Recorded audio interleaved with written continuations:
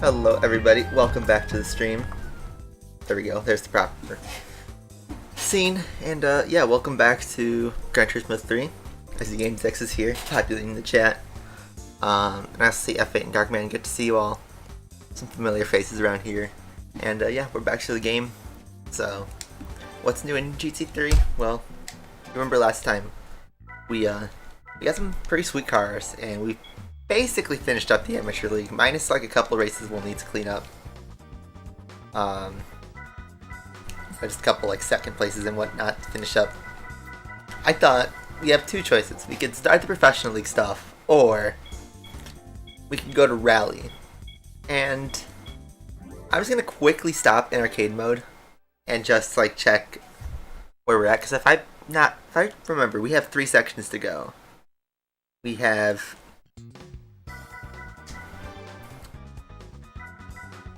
we have area D, E, and F. So we could do, at the end of the rally license, we could do area D. At the end of IB, we could do area E, but then area F. I don't know.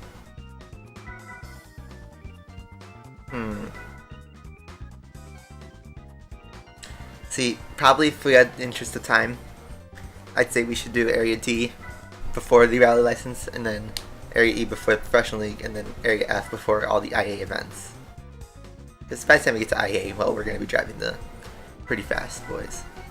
But these are some pretty long circuits, so I don't know if I want to do arcade mode right away.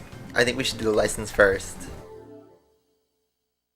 do some rally races, and then do our arcade mode segment. So, try to clean up races.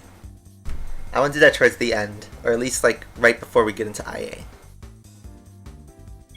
because those are the really long races. So, I think we're going to do rally license first, because rally licenses could take, forever. You don't know. Rally license is pretty tough. With that being said, I'm going to start the timer, and yeah.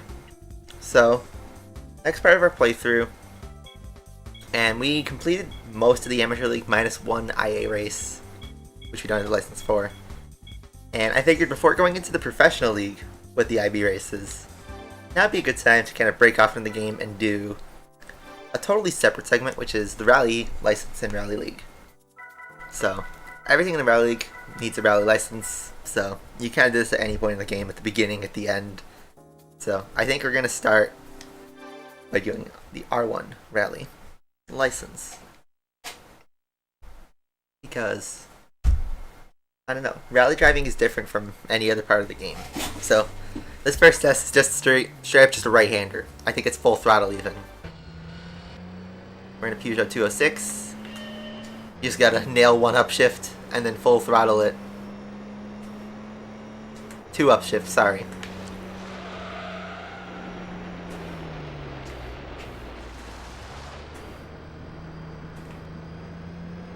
Alright, so that was a terrible line, and that was not too far off.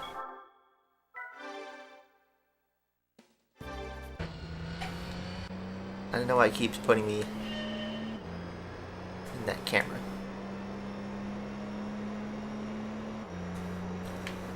But yeah, in GC2, the license was really easy. That'll be an improvement, but not gold. I do believe you need to full throttle it.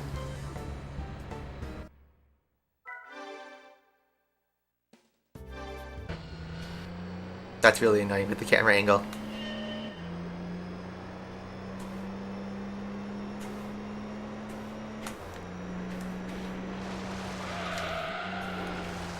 I hit the inside wall. That would have been a good corner.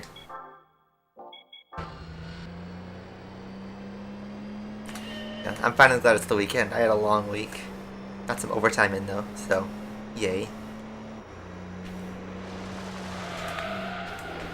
Ooh, that's good.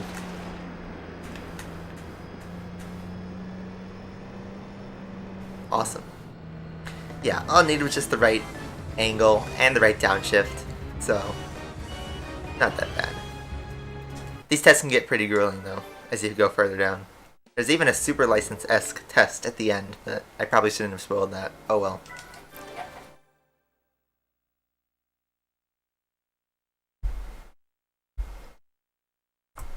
Yeah. Driving Toyota Corolla.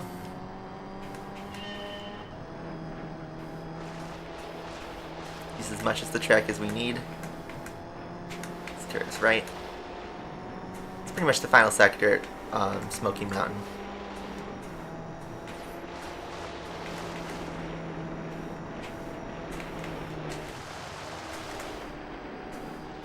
Could have had a better exit, but let's see how that pans out.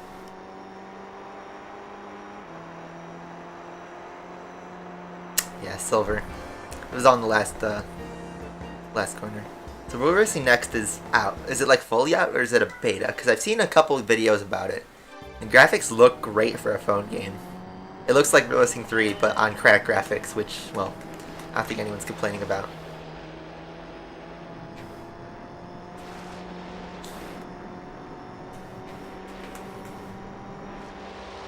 Yeah, personally I thought this car was pretty ugly. Yeah, it hasn't grown on me. Alright, that was just a bad approach. It's a beta, so it's not out. Okay. So yeah, I can't even play it then, if it's not out in the US. I'm staying in the dirt part of the track to see if I get any more grip, but it doesn't seem like that's the case.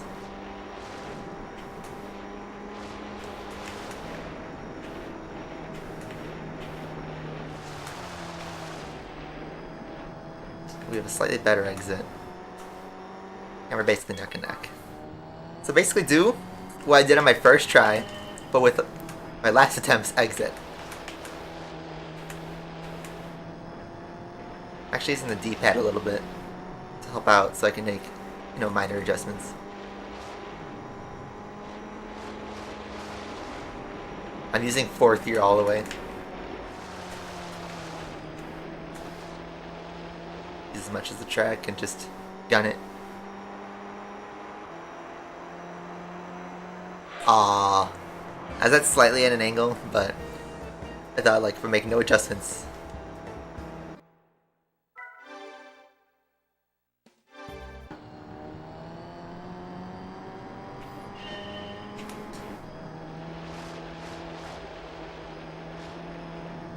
I'll just make some minor adjustments here.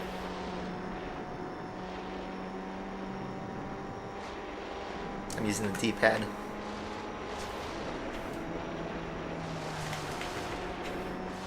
Ah.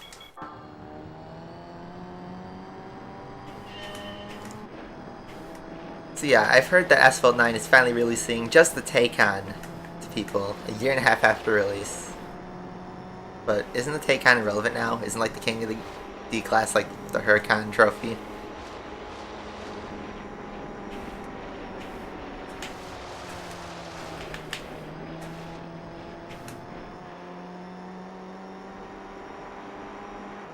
I don't know if that's any good. Oh, it's just a little bit worse. Yeah.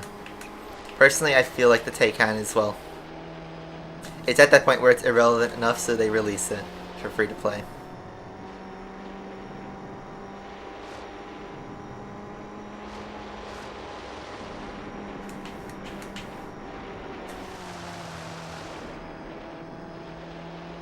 Literally like the same run as before.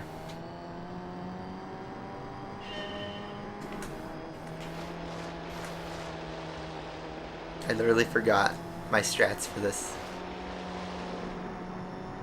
We're just trying to take a slightly better line. Stay closer to the wall. And go a little wide and cut in. Like that.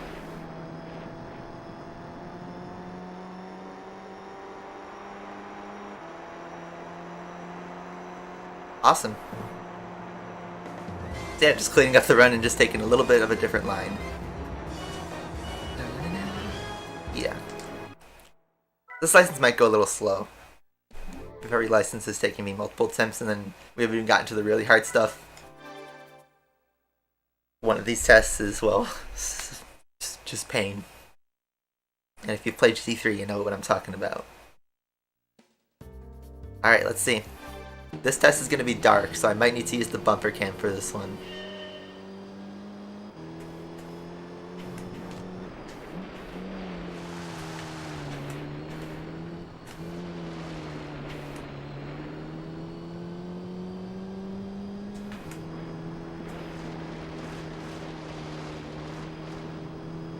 Let's see how that was. Anyone? Gold first try. So then that just happened. As F8 types, GT3 has some of the hardest licenses in the series. I mean, that was a pretty good run. In and out in like 1 minute. That's so funny.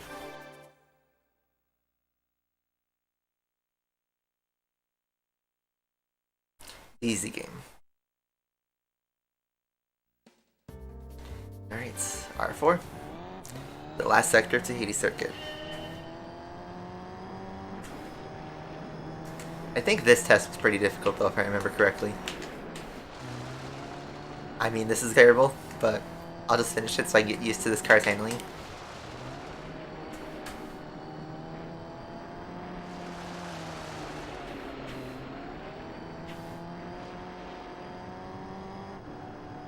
Yeah, 1.2 seconds off gold there.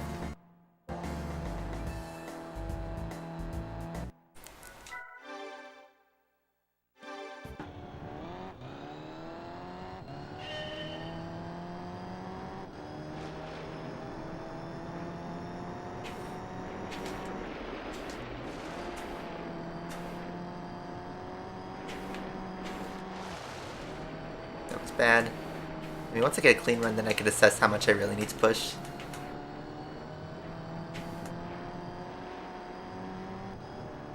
.420. Pass.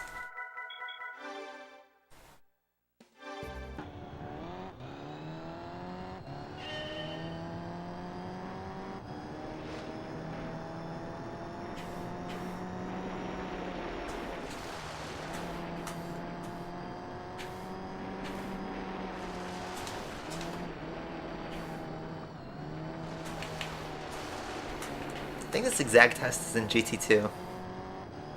Maybe. A little bit better. Just control my speed. I think the first corner is where I'm losing time. Because I'm like braking late and then not getting good exit out of it. You know the thing, slow and fast out.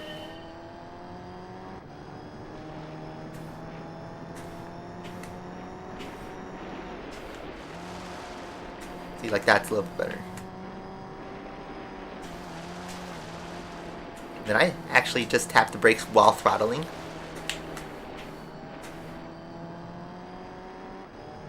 There you go. That wasn't as hard as I thought it might be, especially since our first attempts were actually garbage. But like I said, once I get the line down, it's just about maximizing your lines and your speed management. Speed management is key in most of these licenses.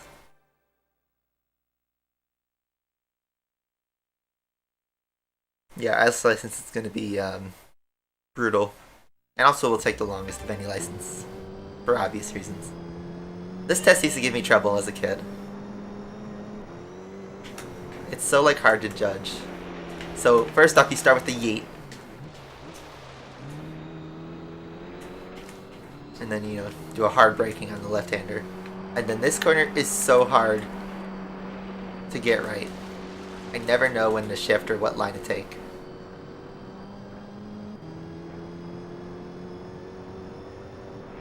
And that's so far off gold too. Silver first try, but it's so far away. Now we have a benchmark.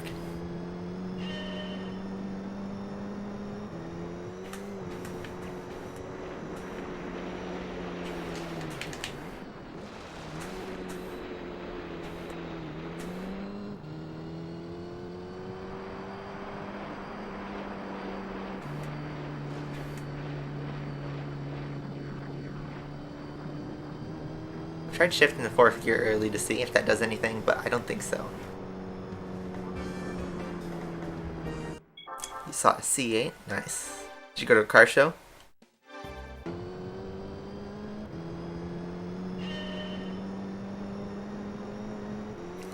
Finally beat the Ridge Racer challenge on Ridge Racer 6. I've actually never played Ridge Racer 6.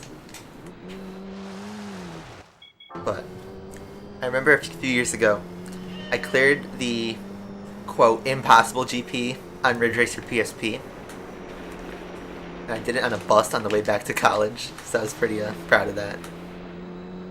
But I couldn't record any video about it because, you know, it's a PSP. It was pretty cool. So I'm going to take a wide line in and then hug the inside. See if that does anything. It does gold. Again, not as long as I thought.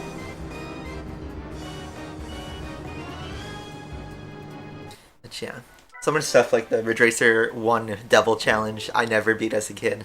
I probably still can't beat it. I need to practice for like an hour just to get the track. And it's just one track. Okay. This test. If you know, you know. I'd argue this is one of the worst tests in the whole game. Maybe in the whole franchise. Seems like a very simple, you know, S-curve. Well, not S-curve.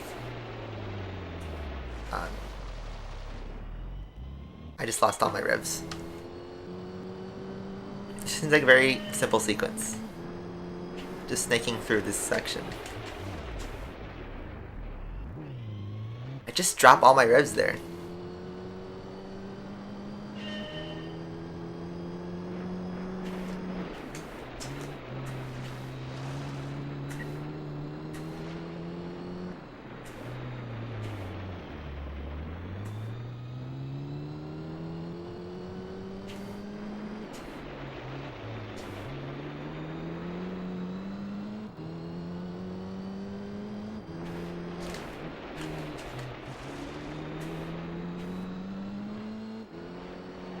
So that was a silver.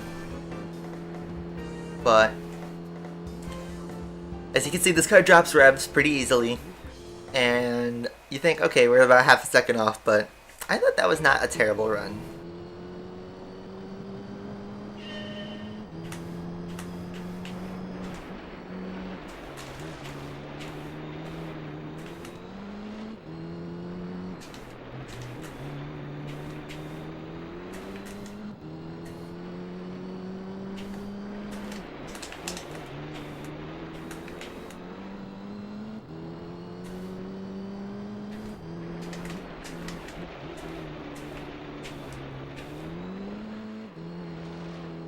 It wouldn't have been gold, but I bumped the wall at the end.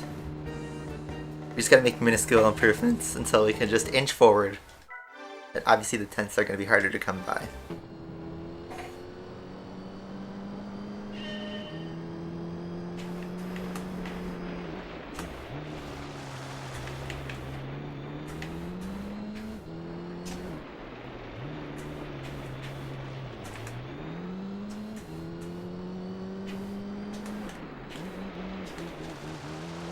Oh, I touched the inside wall.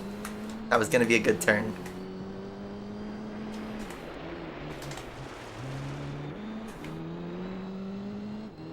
I even tried first gear a little bit.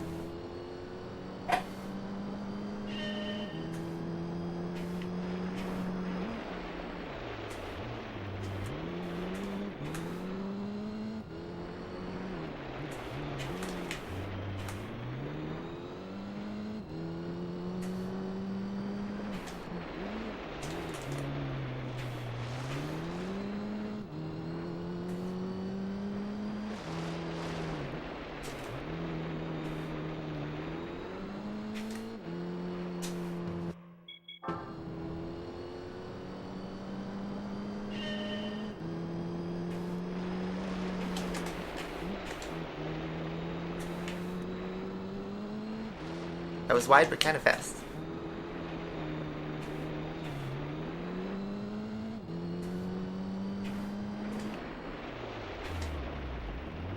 Drop my revs. This is just very trial and error. How's my job doing? I just did a bunch of overtime this week, so I'm tired. But week's over. And I'll get a nice paycheck at the end, so. Just grinding. Lost too many revs there. But so far it's going pretty well. Getting a lot of good productive projects done. Oh, this Spinal, I just lost all my revs there.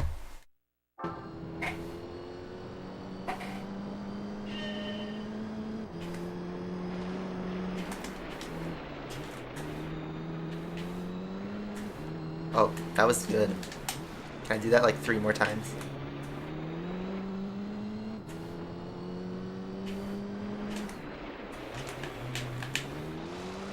Oh, I countersteered too early. I had a good first turn, alright second turn, and then I just threw it all away.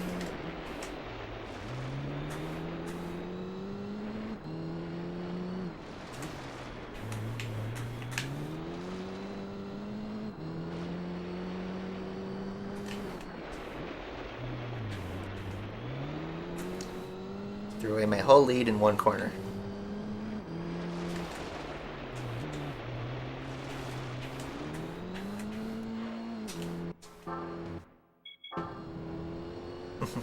Max and Lewis crash again. Yeah, the Italian Grand Prix happened. It was freaking crazy, but I loved it.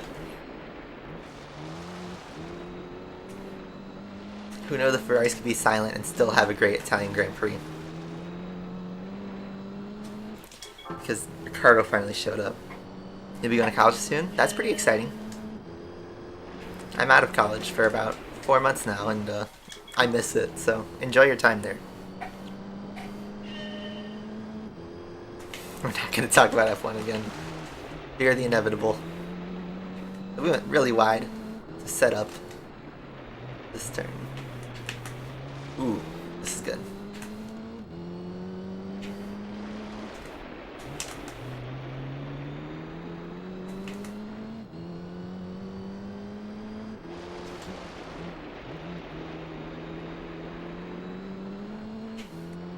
Alright, finally an improvement.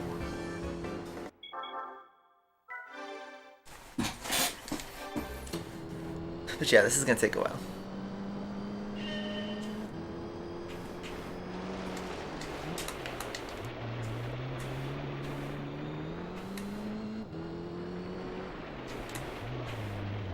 Lost my revs. Yeah, we got the triple shoey because we got Ricardo, we got Lando, and we got Zach Brown to do the shoey. That was so fun to watch.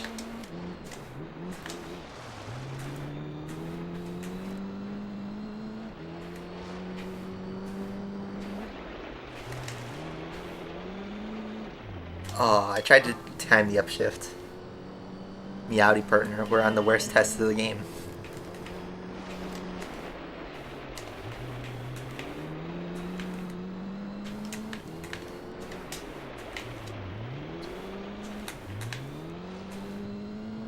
I dropped all my revs in one corner, lost so much time.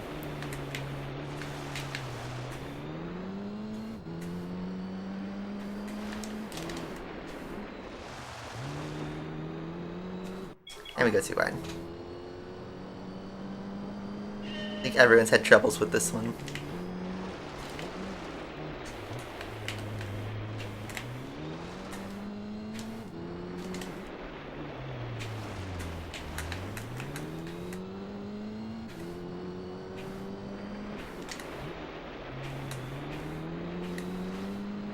It's like getting your car to drift at just the right angle where you can step on it and not drop your revs.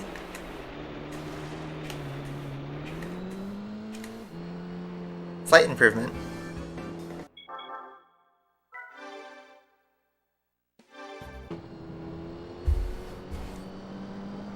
Passion Fruit iPhone 24 Max Pro plus 5G phone.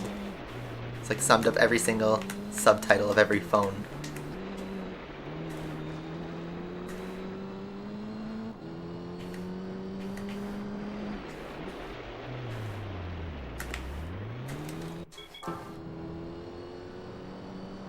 Tesla pull out of advertising. You know, I don't see many Tesla ads anyway. They just let Elon Musk Twitter do the whole thing. We're on a run. We're on a run.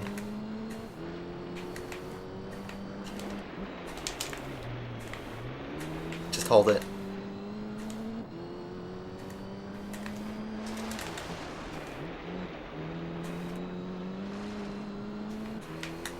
Oh, I threw it away in the last corner. It was going so well. It was going so well. I thought that was it. After the second corner, I was like, okay, we're good. But no, we weren't. I'm excited for GT7 next year. I went from being super hyped to now I'm a little cautious, because now that we've gotten some interviews to come out about GT7 and what the game actually has to offer, I'm a bit, not necessarily worried, but people are going to be disappointed when it releases. It's like GT Sport, but it's an actual Gran Turismo game. And I mean that in the most literal way.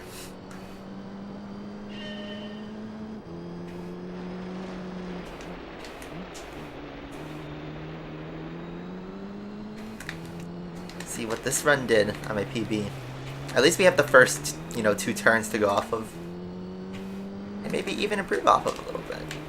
Just don't throw it away in the last couple corners.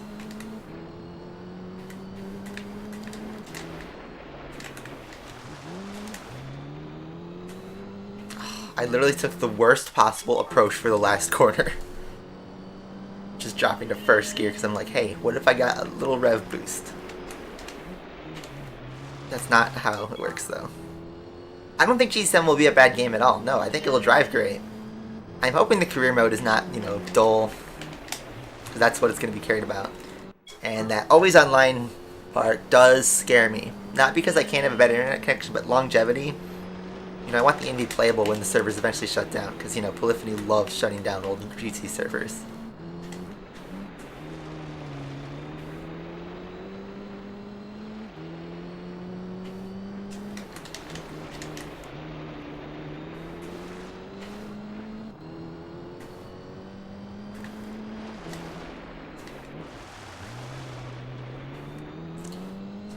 See, I got a good exit, though, on my personal best.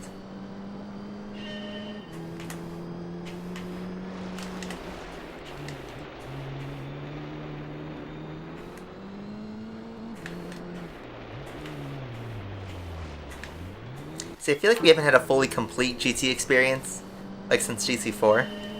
Everyone had complaints about GT5 and GT6. I thought those were decent games. GT5 is one of my favorites, for nostalgia. That's one of the games I grew up on.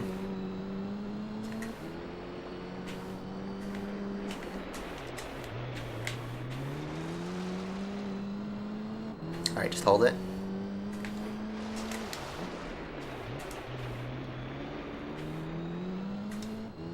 Man, I didn't realize how good my last turn was in my previous personal best. It's so weird. Some of these turns you can just pull out 2 or 3 tenths out of nowhere.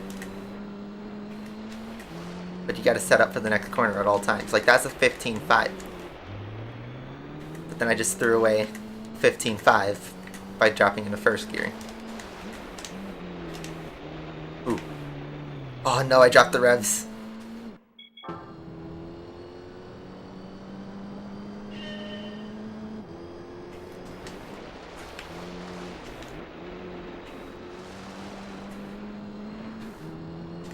I personally didn't like the leveling system in GT5. I thought it was clever, but the XP grind, especially on offline, just sucked.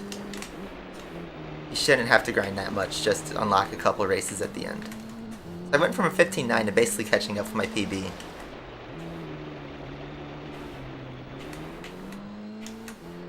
Oh, why did that have to be an improvement? And I lost my splits. Yeah, this license always gave me trouble, and it obviously still does. But when I was a kid, teenager, this would take me hours to get gold. I don't think it will take me hours today. Whoa, what did I just pull there? 13.5, or 15.5. Oh my god, no inside touch. This could be it.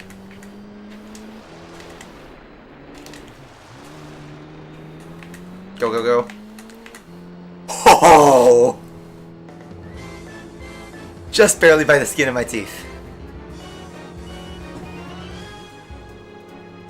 Wow. Well, what did I just say? It was giving me trouble? I guess not anymore. I'm gonna add some exclamation points to that. Now it's based. So, just, if anyone's keeping tabs, look at all these records. It only says our top 6, I guess, but we went from a 29.55 to just barely keeping it in. Based on what? Cringe based. Alright. Now to the last 2 tests, which you think would be easier, but these last 2 tests are also difficult, but I wouldn't say I've had personally as much struggle.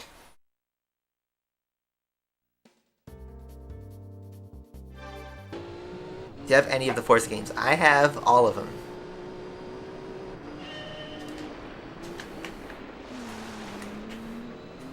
I own all the Forzas, just not all on disc. Actually, I don't own Forza 7. Forza Motorsport 7. I skipped that one. And it's about to be delisted from the digital stores, so we can only buy it on disc. That was a wall tap, and that was a second off. Yeah, I never drove the 01 Subaru. Alright, back to regular based. Name's not funny. Alright, I'll change it to cringe on the next PB.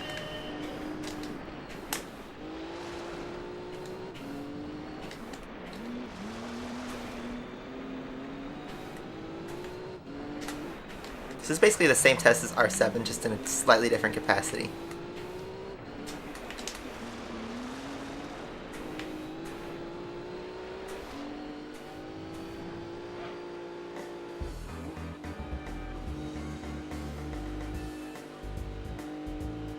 Richard Burns is also an iconic name.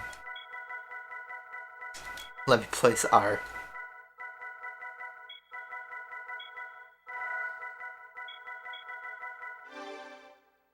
There we go. You happy now? What do I think of the Max Hamilton crash? Oh boy. I mean, I think it was partly Max's fault.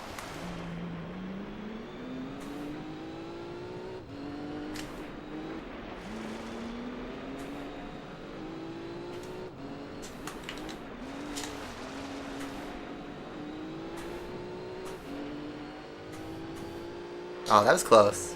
Figured out that, I guess, yeeting it into turn 1 gives you a lot of time.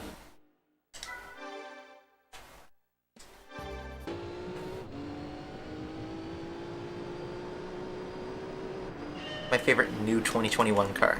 Ooh, I don't know.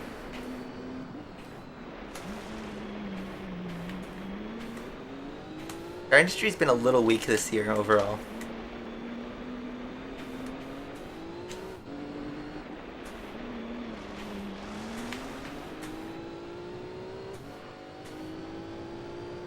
Oh, I almost pulled gold out of nowhere.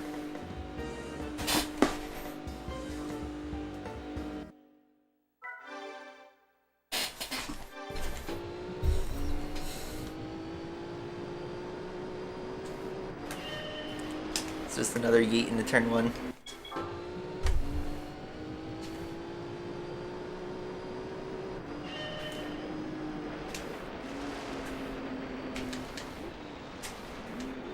Alright, way too wide there. I do not have the Xbox Series X. So, I want to get Forza Horizon 5, but the only platform I can realistically play it on is PC. I have an Xbox One, but I don't think it would run very well there. Or at least look as good. I think my PC could run the game better than the Xbox.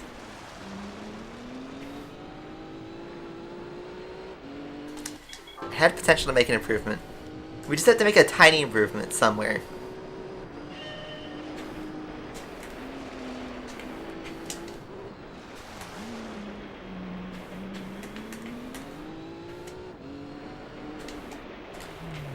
Oh, that was bad. Way too far right. Remember how I said this test wasn't giving me trouble? I lied. I don't know how I didn't have as much of a hard time. I don't remember this test being this brutal.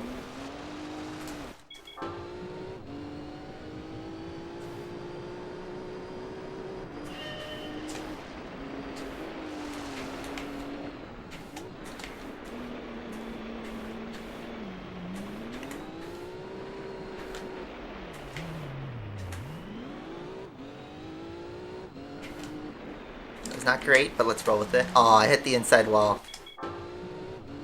The inside wall is just the worst thing you can do on these tests.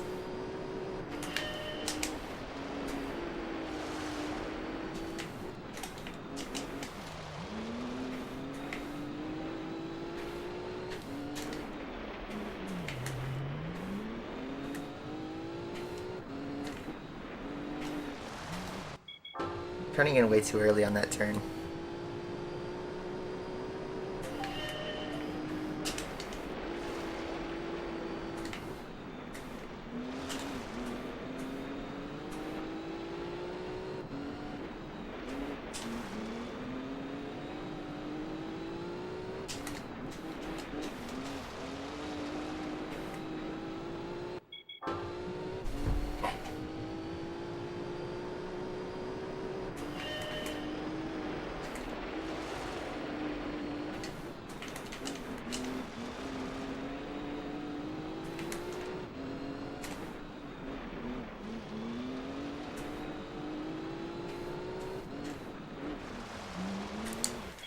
Last turn, as always. I just like force myself to brake later.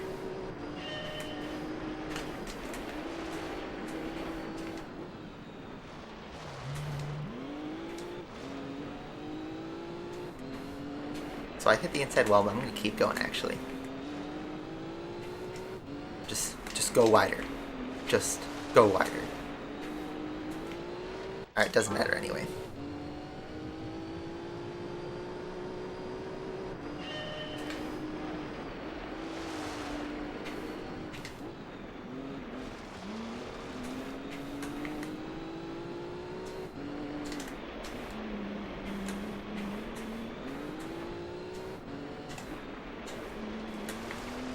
Please.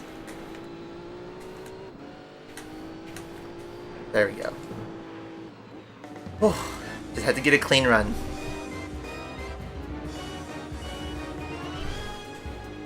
Okay. On to the end of the license.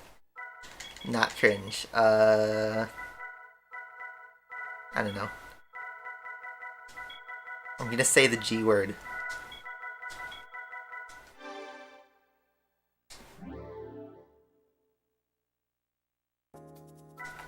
Alright. Yeah, you saw that map, right? So this is a full lap of Tahiti Maze. So it's just like a super license test, sort of. Except it's for rally. And this is the end of the R license, so get right to it. He's trying to push for that extra oomph. So I really have no basis to go off of for this test. I mean, obviously there's a time trial that uses this exact test, but I think the car is slightly modified. Or you have, you know, different, not tires, but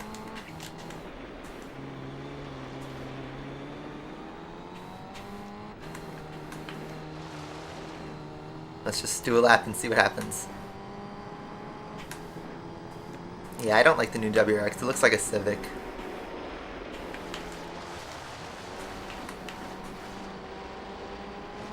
I don't know if I went too inside and too slow for that corner.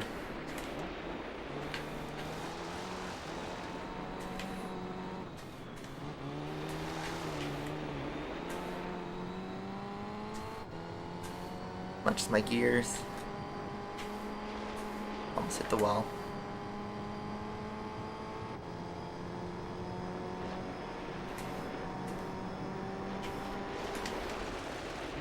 PTSD moment.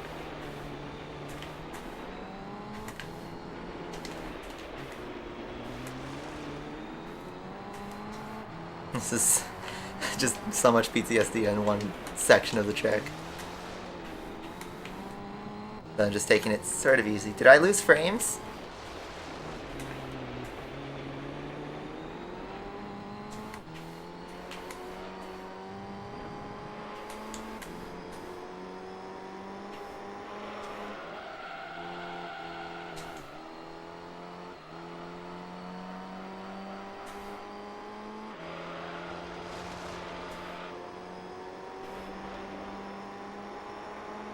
Okay, well at least that wasn't a gold.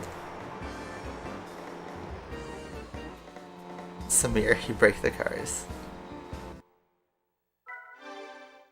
There's a Forza Motorsport game, yeah. It's the reboot. Alright, so let's see if Comcast doesn't drop this run. Comcast, the world's best internet provider.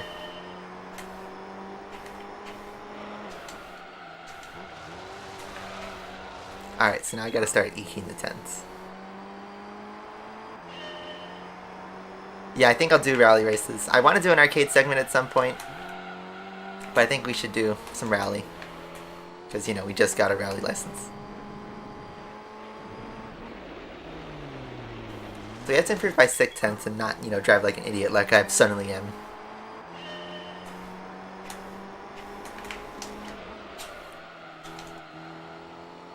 There we go, finally a better turn 1.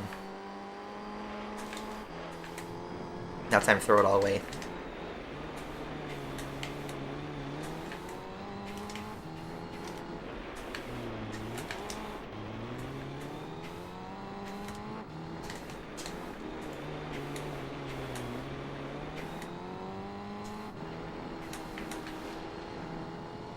So that wall tap's probably what did me in.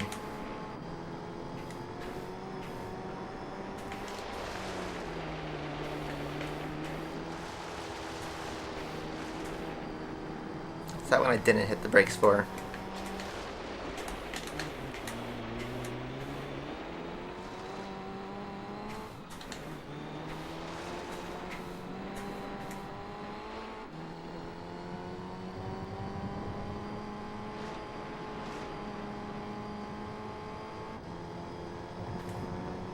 Okay, 106.3. I don't remember what my first split was.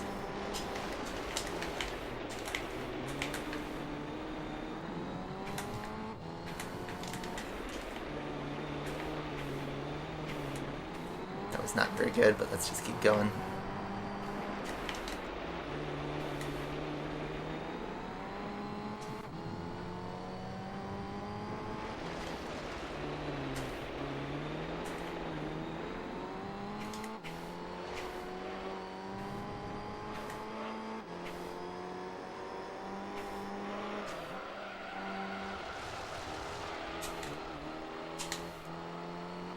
That was a nice corner. Bring it home. What's it gonna be? Sweet. A pretty good lap overall, and no frame drops, so you don't want to miss any car unlock, but at the same time you want to go shopping. So does that mean we should do an arcade segment, maybe? An arcade segment would take an hour. We'll keep that gamer moment. Anyway, y'all know what time it is now. Let's see if they slap it on the table this time. Boom! I just love that every time. It doesn't even spin or anything, it just slaps there. That's funny. Anyway, for getting all gold on the R license, we get a car. It's gonna be a Subi. This was one of my favorite cars, like, just as a kid. I loved the 01 Impreza. I mean, nowadays, I still like it. It's one of my favorite types of Imprezas, but yep, that's the R license, and it took us just under an hour. I mean, not too bad. But here's the Subi. It's the prototype, but in WR with Mica. Nice, 300 horsepower. I think we will definitely be driving that when we get to the rally races.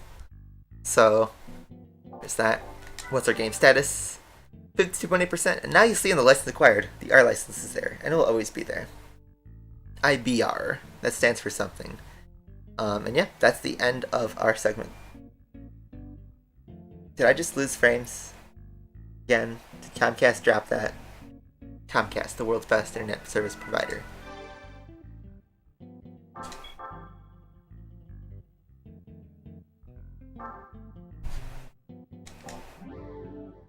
You don't like the front.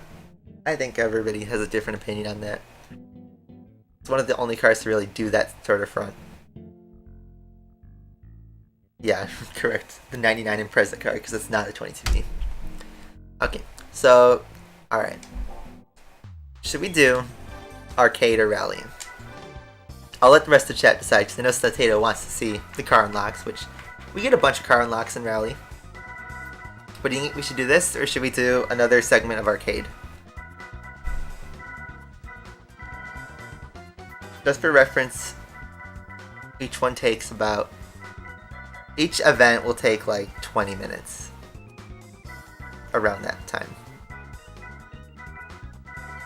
So if we got 10 series, that's 200 minutes, that's about 3.5 hours of racing. Oh, GT4, of course I do. It's my favorite game of all time. I have 3 copies of GT4 actually.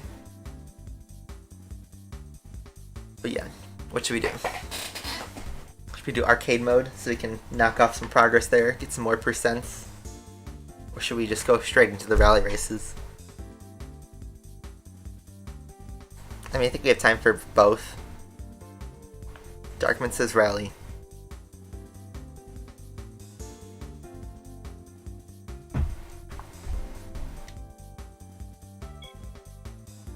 James says arcade.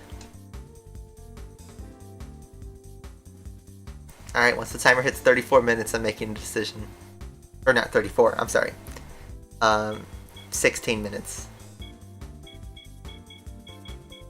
Rally or arcade?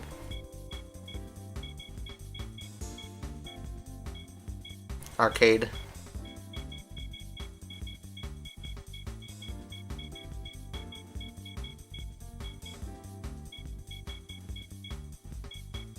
Alright, unless like a giant stomp of chat goes for rally, then we'll do arcade. So I think it's safe to say we can do arcade. So next segment of our playthrough, we're gonna take a break from career racing and we're gonna do another segment of arcade. Probably wanted to do this before we got the rally license, but whatever.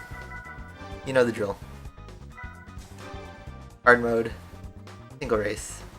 F8 says arcade time attack. I feel like we shouldn't do time attack until we're on the races that warrant getting time attack. So we're doing Area D. So it's a bunch of reverse tracks. So you have Tokyo 2. That calls for a Japanese car, so... you could drive a GC300 car. Drive that Sylvia.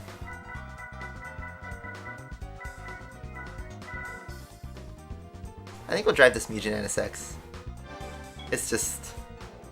it just works.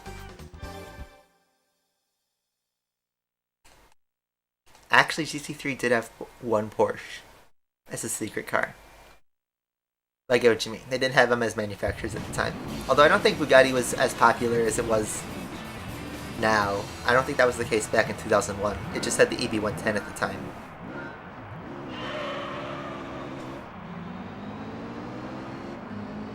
You know the drill. 5 laps. We got a touring car in here. So you see, we could have used the Astra in JGTC. That was valid. Ooh, a big punt. And we have a Jaguar XJ220 LM race car as our leading opponent. Interesting pick, but I guess it sort of works.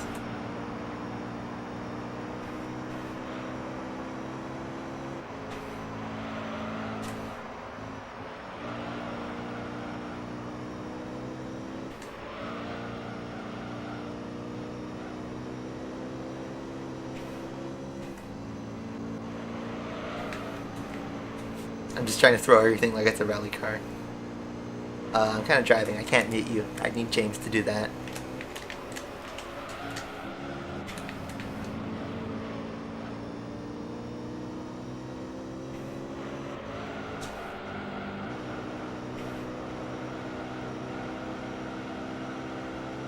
Getting squeezed by the Falcon. Whoa. That was a really weird glitch. It's like a real life puncture.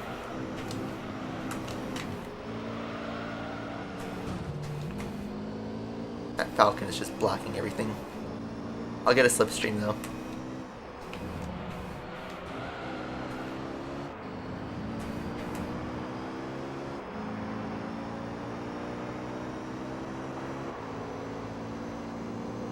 Some good racing here.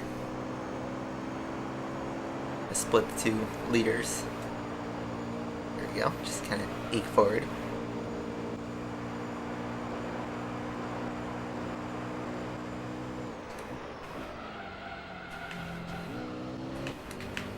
Brakes so much later than what the AI do.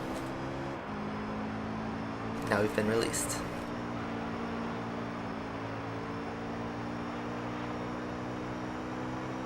And yeah, see you F8. Thanks for tuning in, as always.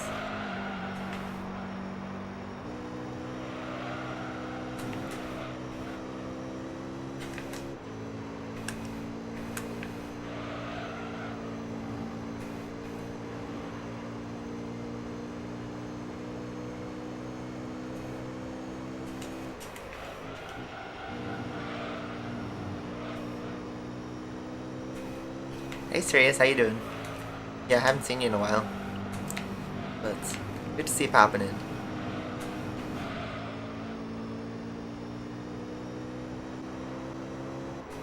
You're gonna enter a Tom Supra JGTC and the Gumball Rally next year. That would be pretty cool to see. Meanwhile, I'm not managing my gears at all. Let's start actually driving, shall we?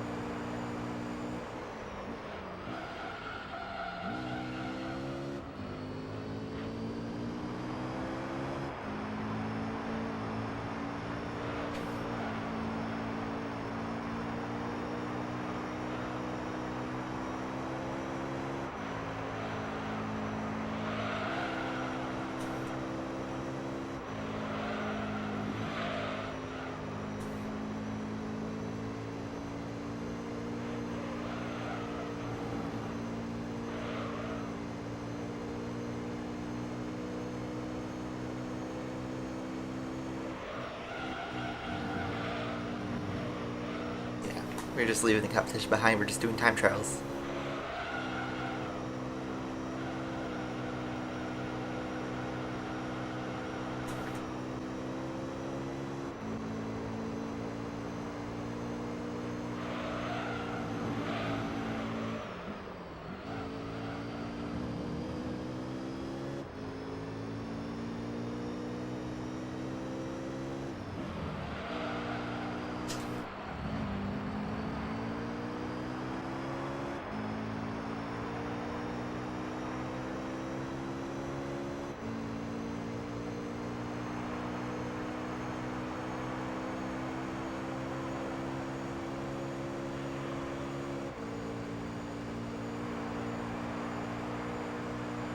Yeah, we're just trying to go for personal best laps.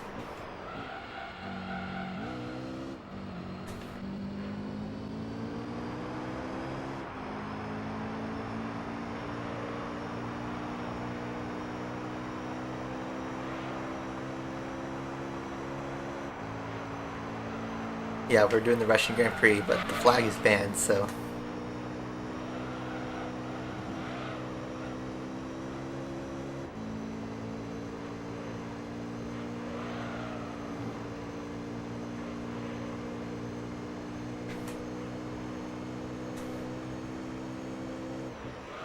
I don't know. This is so funny that, like, it's like a roller coaster ride. Please give me a 5-minute timeout.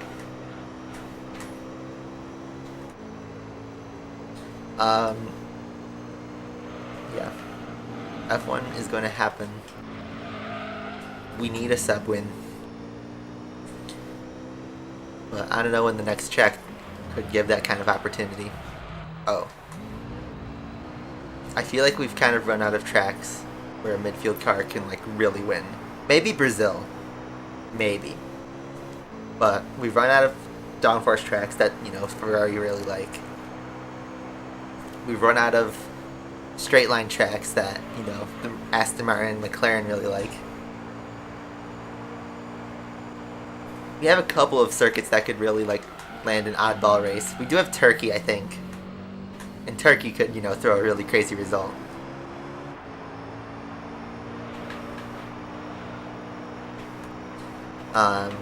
Whatever happens with the Saudi Grand Prix, I guess.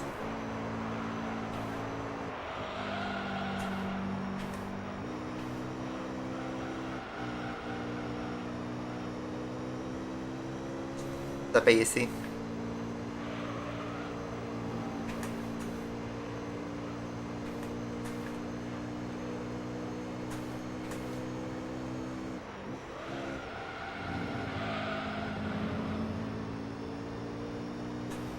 Yeah, the only way they're going to win is if there's an incident, which is not impossible.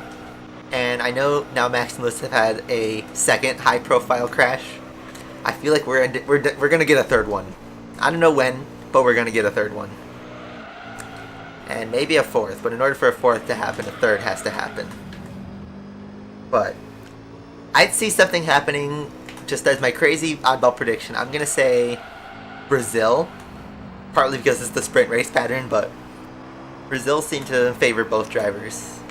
I think Brazil's going to throw in something.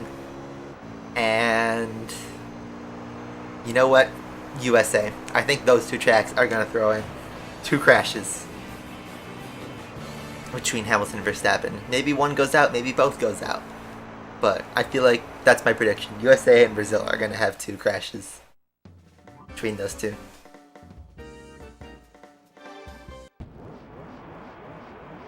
Yeah. Sprint on Saturday. Max Lewis collision on Sunday. Didn't happen on lap 1 this time. Maybe it happens in the final lap in Brazil. That'd be so funny though.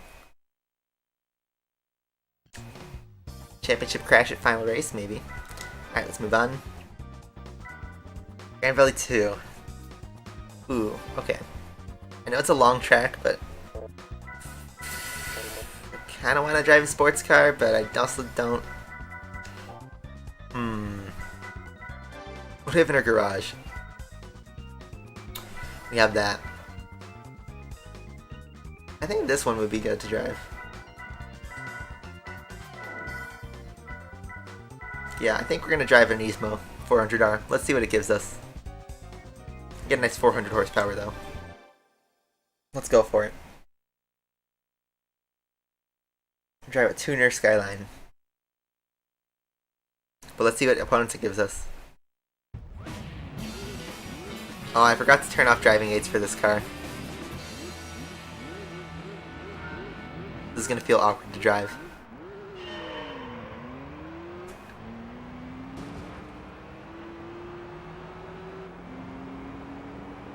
It's a bummer because I really want to throw this car around. Is this gonna be a wash race?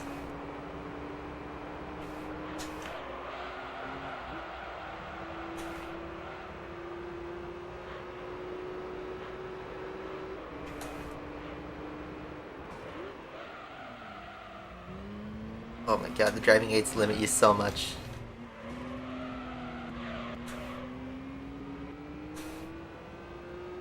Guan Yu Zhou to Alpha? That seems to be a big rumor. Meanwhile, Giovinazzi is like qualifying like a god now that his seat's on the line. He's actually driving to survive. I've seen that joke 500 times online.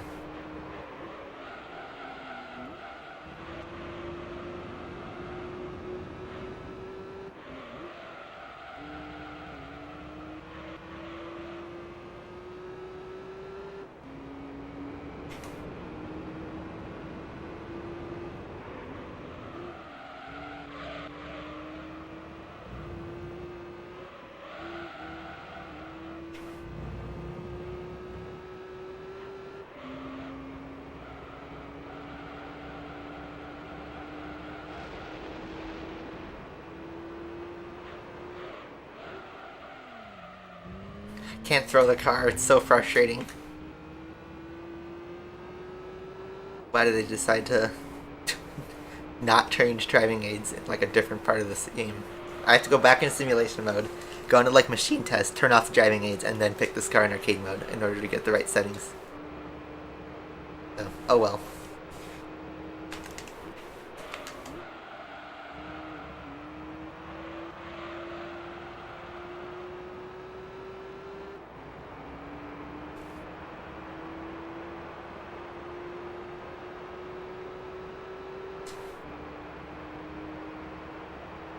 Could you imagine if Max and Lewis crash every single race and Bottas wins the championship by default?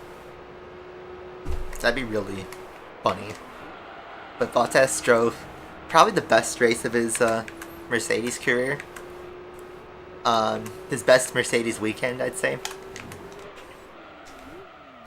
You know, at Monza. He drove like a, you know, he made a Lewis Hamilton quality drive for the most part. Gonna buy Parappa. You know how expensive it is on eBay though? Like a PS1 copy? It's so much. I want to play it. I've played it on my emulator. I'm not very good at it, obviously, but you know, it's one of those PlayStation icons. And yeah, the PS1 version is so expensive.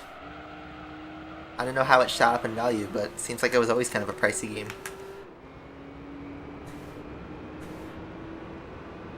I know there's a PS4 version. Oh my god, I couldn't throw the car because of the driving aids.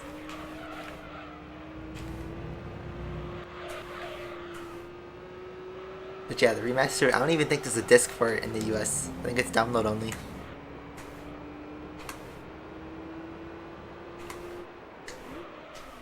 And then I think there's a PSP version. I've seen that version around for like $30, $45.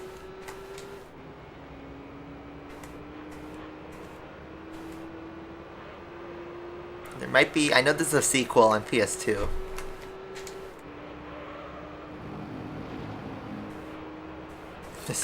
Yeah, he's all of a sudden like become a meme now. Batman and Daffy Duck.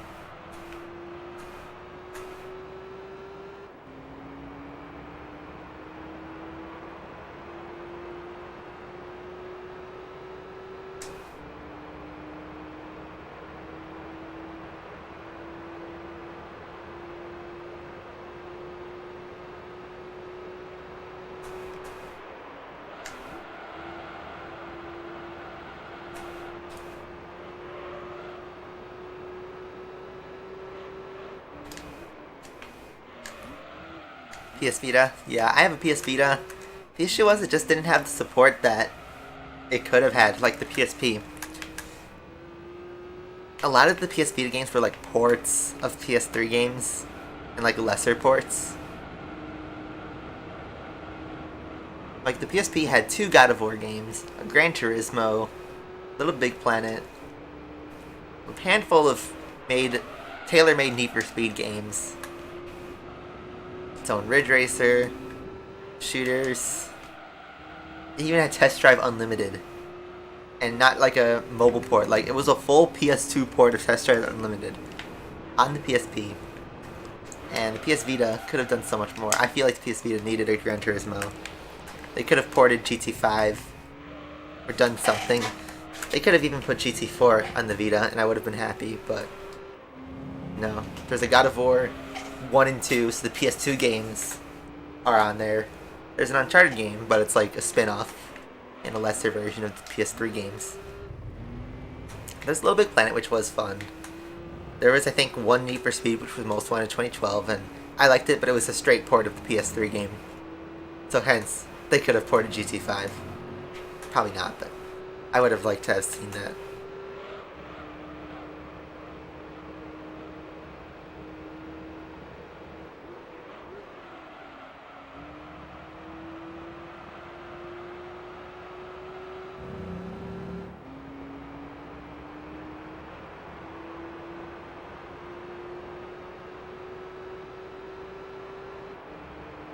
And yeah, Vita had some good support in Japan, especially if you're into JRPGs, but I'm not really into JRPGs.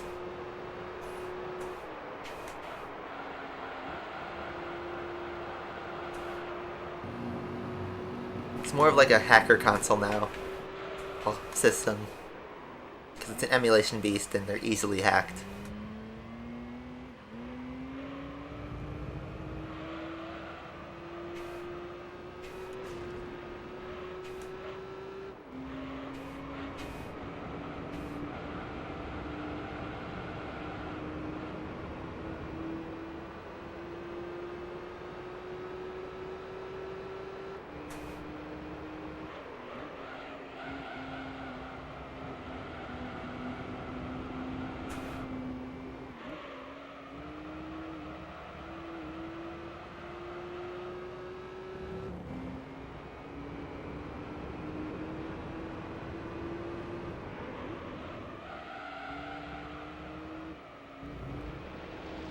I'm just going wide at this corner.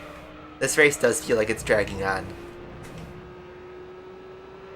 Because I'm driving solo, basically. Yeah, modded Vita could play the old Grand Theft Auto games. That's cool.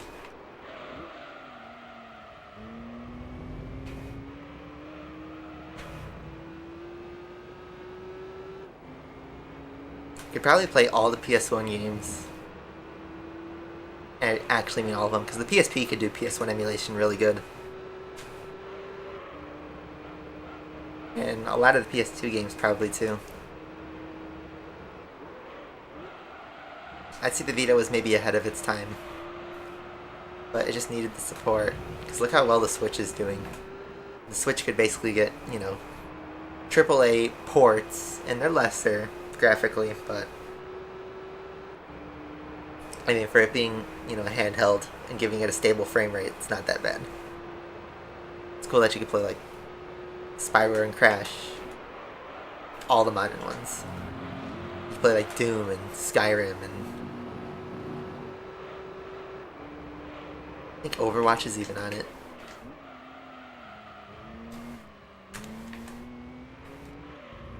But then you also have Among Us on the Switch for some reason.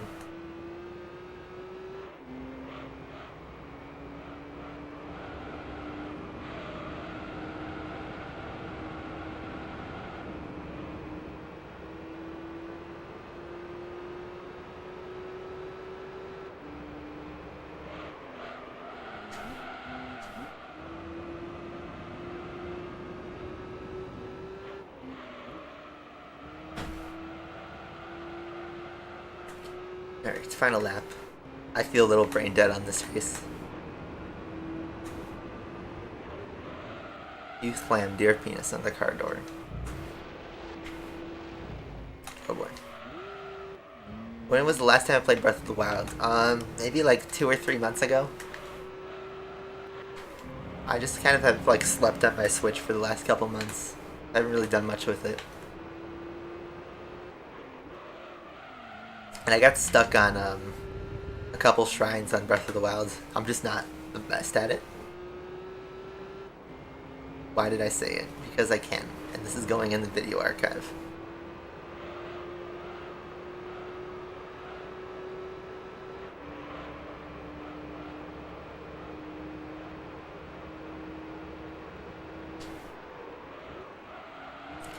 Please just bring this race home. This was so boring. I like driving these cars around, but these races are just kind of long. It's gonna really suck when we get a professional league, and some of these races are just gonna drag on forever. How many consoles do I have? A lot. Like, actually a lot.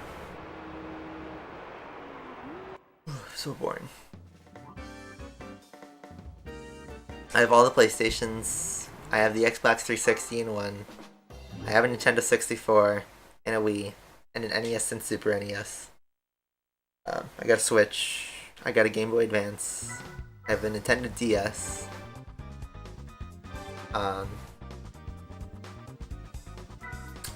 Something else. Rome Circuit. I'm just gonna peek at what's in Class B, but I'm not gonna drive a Class B car. I think this would be a good time to drive. Let's drive the Sylvia, because I'm bored. I'll probably never drive this car in the actual playthrough, in the career mode. What else do I got though? I got a Sega Game Gear.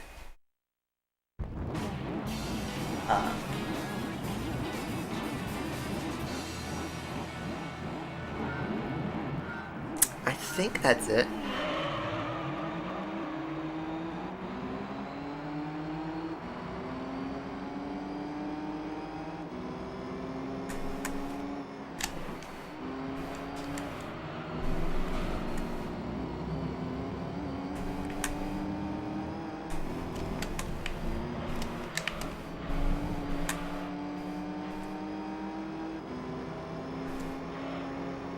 Yeah, 360 is a great console to buy.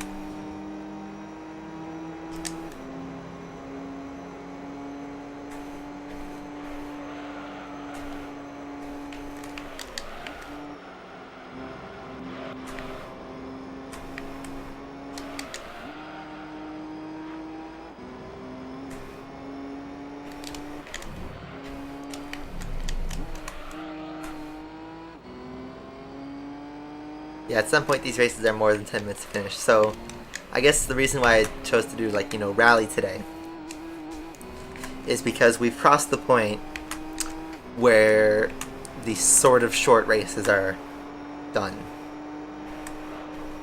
Short as in, like, you know, more, we've ran out of 5-lap races to do. That's the best way I could put it. We have completely run out of 5-lappers. Everything else is going to be like 10, 15, maybe 7, besides Rally League. Rally League's the only 5-lappers we have left.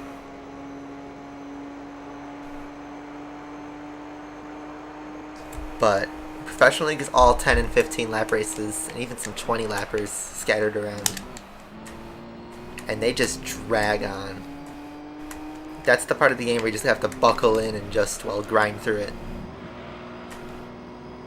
So, that's why I'm trying to delay the inevitable. I want to finish this game before GT7 comes out, but truth is this game is going to really drag on starting in the Professional League. Once we get to IA especially, oh, some of those championships are just going to go on and on and on.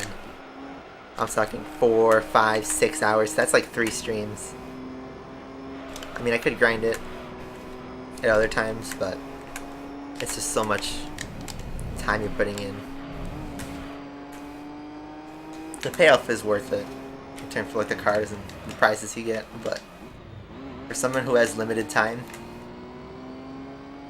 it's a tough sell. But I want to get through this, and then I'll probably never touch GT3 for another few years, at least not on the channel. And as I mentioned before, everyone's like, oh, are you going to do GT4? Are you going to do GT4? No. Not yet. GT4, I don't want to start for a couple of years, maybe even. I know that's way out. But think of it this way. I want to do GT Concept and GT4 Prologue. Those are relatively short games. We might even be able to squeeze those in before GT7 comes out. And then once GT7 comes out, I want to play that game. Like, a lot.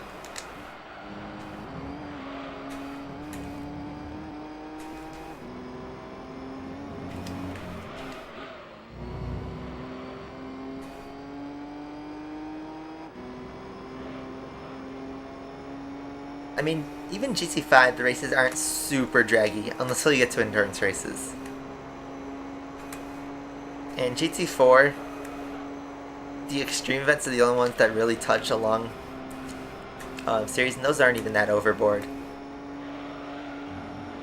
I'd say GT4 does a better job at handling the draggy series. The only thing that really drags on is the endurance races because, you know, there's so many hours, but that's something you gotta buckle down and grind in basically one shot. And it would help to have like a team or something do it. I don't know if I'll do the endurance races all on stream. Maybe ever. Unless I have a teammate. It'd be a cool project to do. I just, you know, I only have Saturday and Sunday off. And usually I try to get stuff done during my weekends. So, sorry, not sorry. GT7 is definitely overhyped right now. I'm excited for it, but I'm keeping my expectations mild. I'm expecting GT Sport, but with a proper career mode. That's my summary of what I think it's going to be.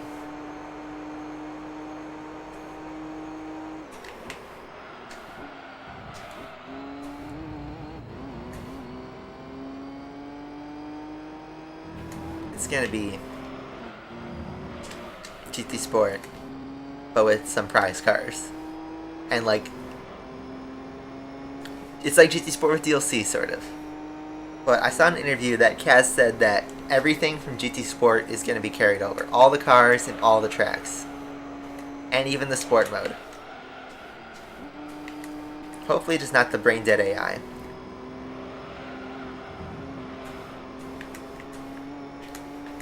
But, you know, I don't know. I mean, I like GT Sport and I love driving in GT Sport, but I don't race online that much anymore in GT Sport, so to me it's just like a glorified hot lap experience.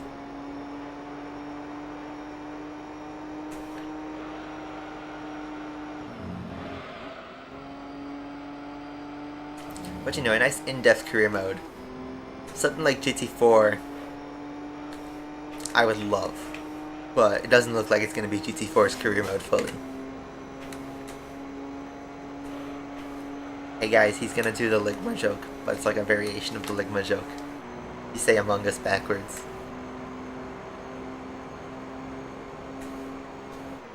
Say dragon.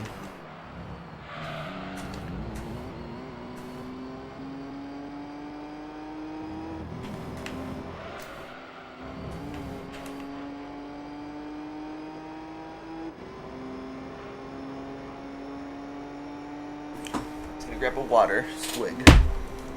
Drinking and driving. Let's see what this can do.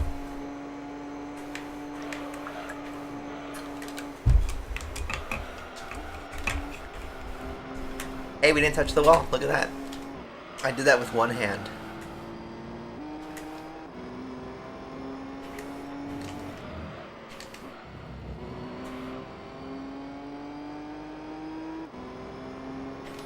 Yeah, the AI in GT League. I don't even play GT League, really. It just gets those gold trophies, you know, done, but you get nothing for completing a whole series. You just get miles and some credits, but I did the Lewis Hamilton challenge, so I'm currently sitting on about 85 million credits, and I should probably blow that on some cars, since I'm sure GT7 is going to completely obsolete GT Sport, and they'll shut down the servers, and it'll probably have nothing to do with that money. I'm scared. If they just shut down GT Sport and it just closes and it's unplayable, that's gonna suck.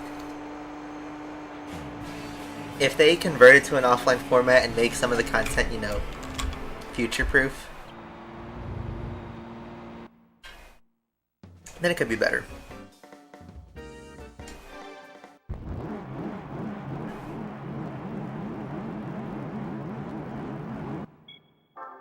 I like the thumbnail, but I don't like the cars in the thumbnail.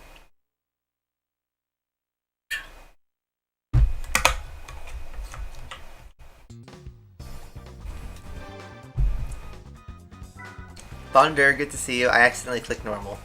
I didn't want to do that. Tahiti 2. So we got some rally circuits finally. Now, what should we drive? I mean, we have access to virtually every rally car, so... Except the Celica, I just realized. We're missing the Celica rally car in this. And obviously the Suzuki. Let's try the Tommy Mäkinen car. Yeah. How's work? I just did a bunch of overtime yesterday.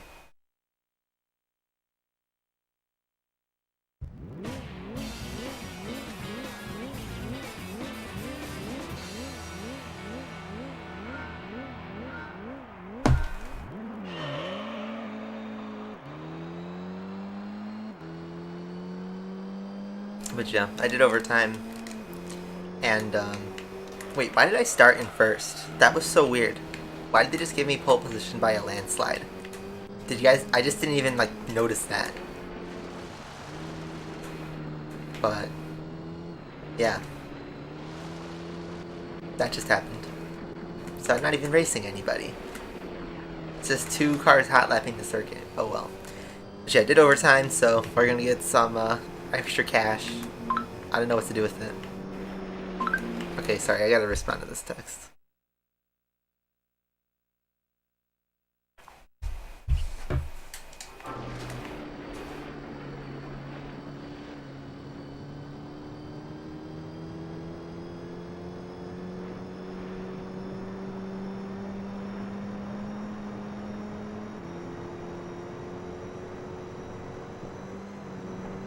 Brenton's here. What's up, Brenton? Whoa!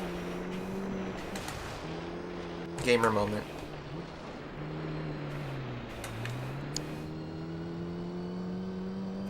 So yeah, how you doing, Brenton? Yeah, you're in the middle of college, so college is basically grinding. But yeah, I pulled a 12-hour shift on Thursday and a 13-hour shift on Friday. So, pretty extreme, but I mean the payoff will be worth it. So, at least that's something to look forward to. Branson, it's just about, you know, grinding work during the week, gaming and drinking on the weekend. Sorry, kids. No, I'm not an alcoholic, so. But I am over 21.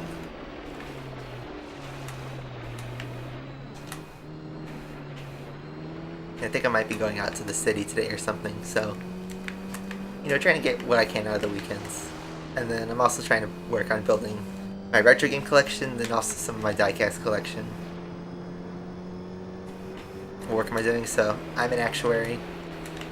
I did land a job after college in my major, so I'm basically using my degree. And, yeah, so far the work is mentally challenging, but it is rewarding. And then sometimes you have to really grind. Okay, so no major willy there.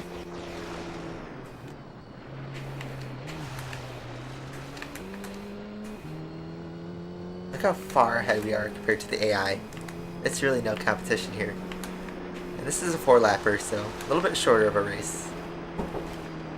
Alright, hold on.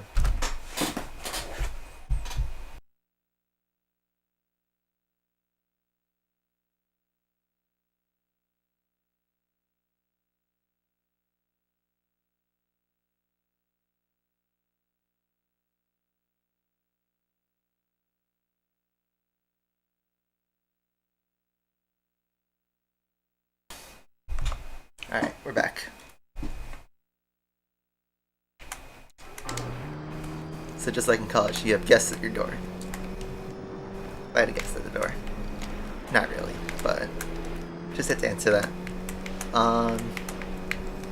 Take it easy. The right-hander. Why do you see yourself driving beer every day for 5 years? Because, economy problem. I don't know. McLaren, yeah, that was so hype. And honestly, I love that it was Ricardo who won it before Lando. He needed that. And, you know, at least for the next week, everyone's going to say, like, oh, he's fully back, he's the GOAT, he's greatest, he's on a championship run. But then as soon as he, like, you know, put just another 8th place in, they're going to start slamming him like they do to every driver who has a not perfect weekend.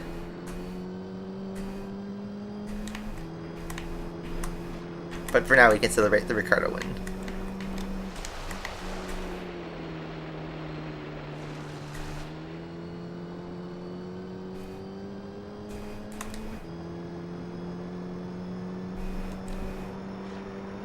But yeah.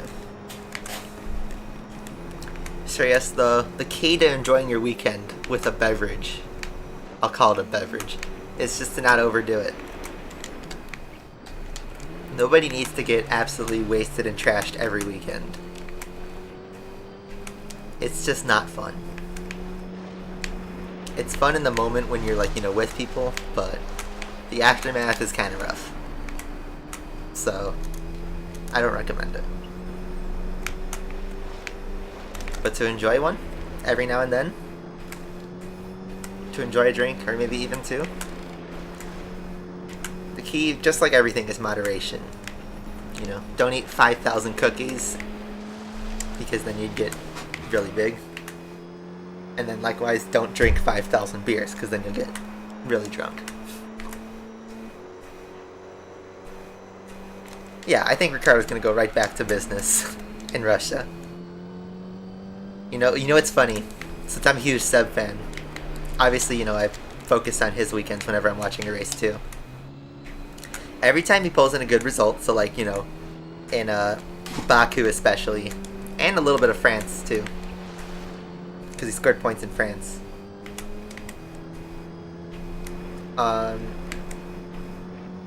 It was like, oh, he's back, he's stopping this year, he's completely washing Stroll. Championship material. And then, you know, he has a couple stinker weekends like Brenton, and Monza wasn't really anything bad. He got unlucky with a couple of incidents. I think, yeah, Brenton was the only stinker weekend since Baku. I mean, we had Zandvoort. I guess he had a half spin. But then everyone goes right back to, oh, he's trash, he's washed up, he should retire. Do you know how many sub-retire rumors were floating around the last 2 weeks? It took Aston Martin to post on Twitter that, yes, he's driving 2022 to shut that up. It's crazy. But I think there's a Mark Webber quote saying that once someone puts their name next to retirement, it never leaves. So Seb could probably win another 4 titles and people will still be calling him for retirement. Anyway, that was a completely boring race because the AI just did no challenge. Look how far behind he is. It's crazy.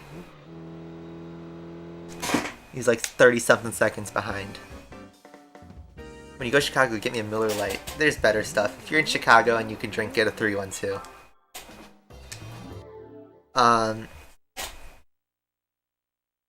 But yeah.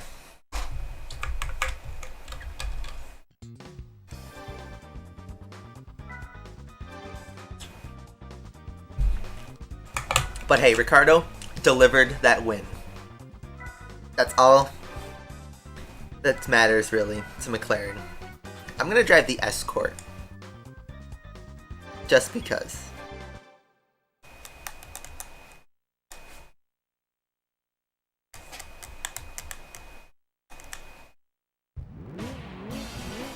So there we go. Finally, we're starting at level.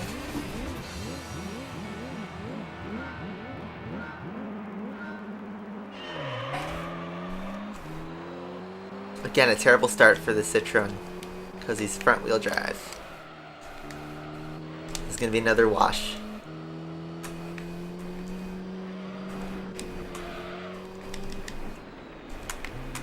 Did I pick the right difficulty? Did I pick normal? I picked normal. I'm not doing that race twice. Oops.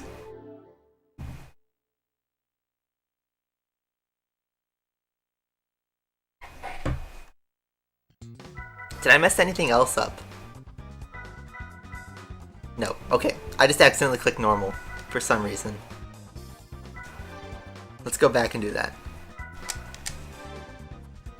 Maybe this time we won't get the Citroen.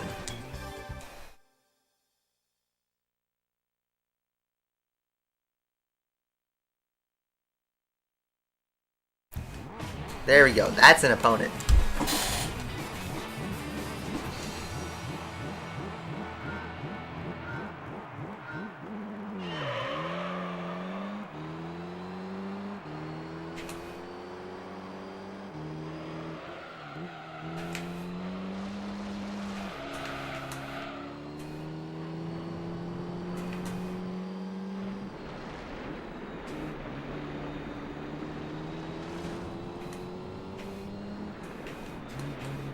See, now we're actually racing somebody.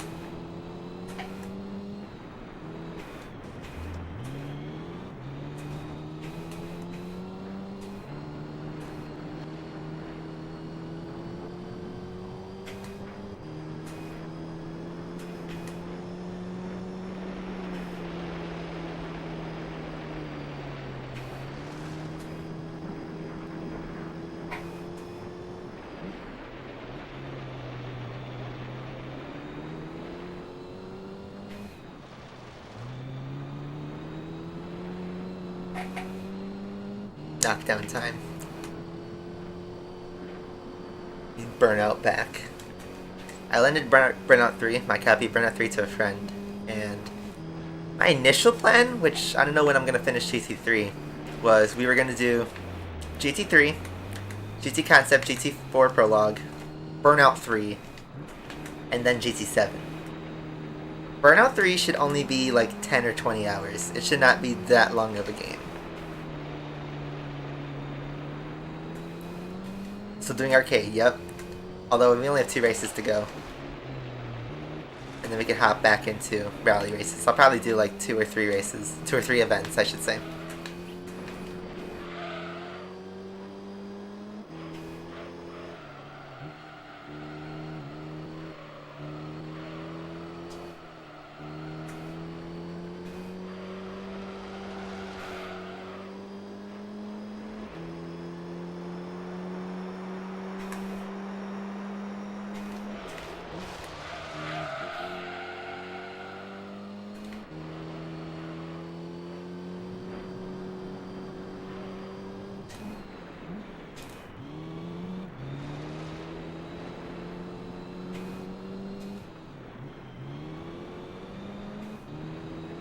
Yeah, Netflix is gonna have a field day with Lewis and Max.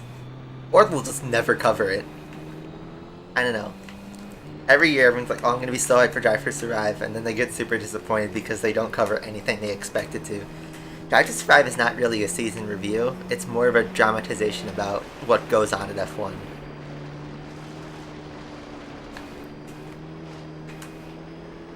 There's a Hot Wheels Kia Stinger. Actually, I think I saw one at Target not too long ago.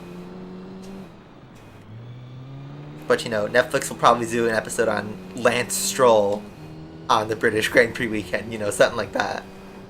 No offense to Lance, but you know, that weekend was all about Max and Lewis. Yeah. I feel like Drive to Survive suffers from a community that doesn't know what it wants.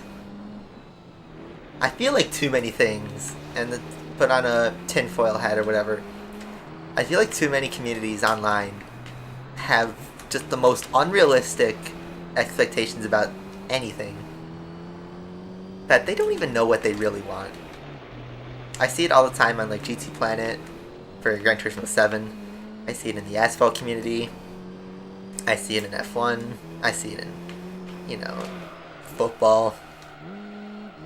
Virtually every video game has a, you know, community that has unrealistic expectations.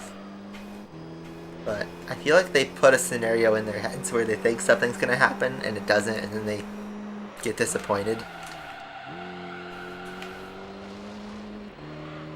But that's how I feel about GT7.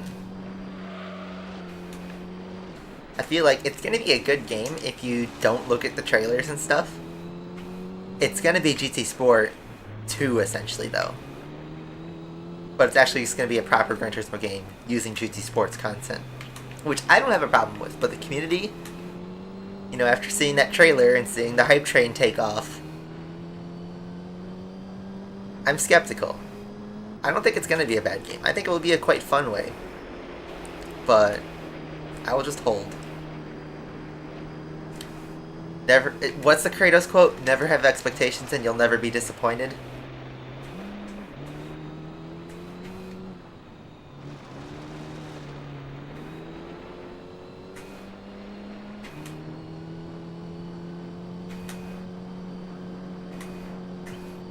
Then I expect God of War Ragnarok to be really fun. It's another game that they're going to put on the PS4 as well, but I'm probably going to buy it and have a really fun time with it.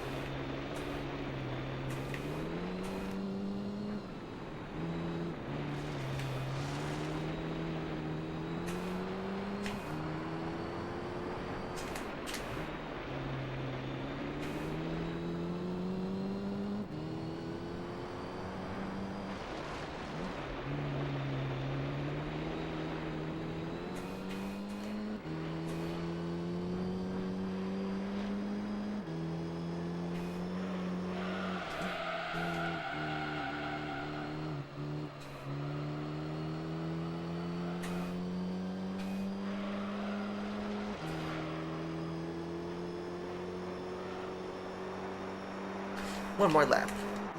This race isn't dragging on as much as the Grand Valley one, even though the lap times are very similar. There's some actual challenge to driving this car.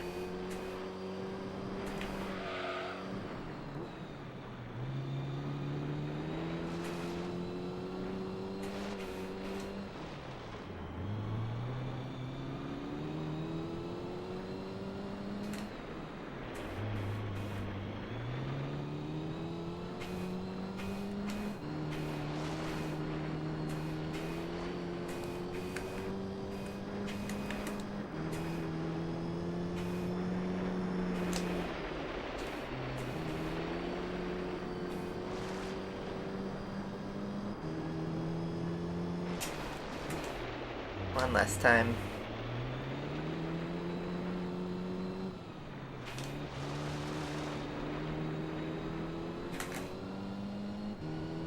I do feel like the Rally League is gonna drag on a little bit once I explain how, you know, it works.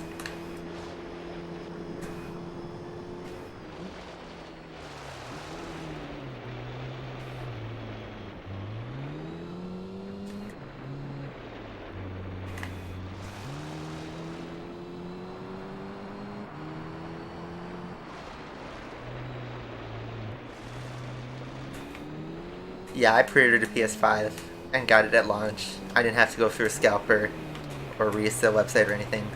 I just ordered it off Sam's Club online. I got lucky. I had to spam the checkout for 45 minutes, but that was all it took. And then it just showed up at my door on the week of its launch. And that's that. I have a PS5. And I play a little bit, but it's mostly just like a PS4 for me. It's like a PS4 Pro Max, whatever. Alright, so that race is done. Not as much of a wash.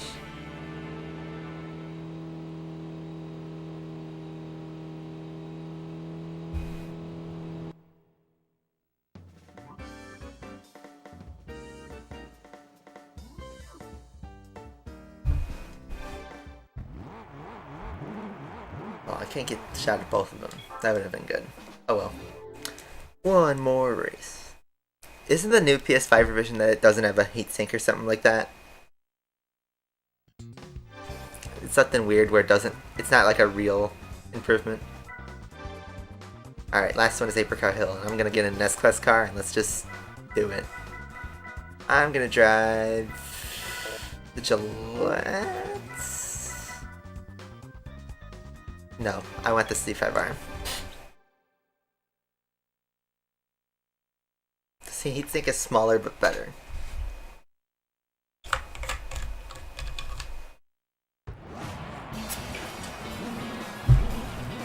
Alright, we're against the big boys in arcade.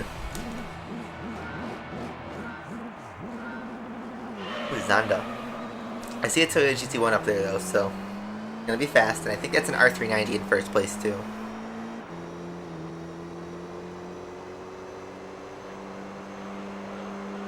I wonder if that site, CorvetteRacing.net, still works.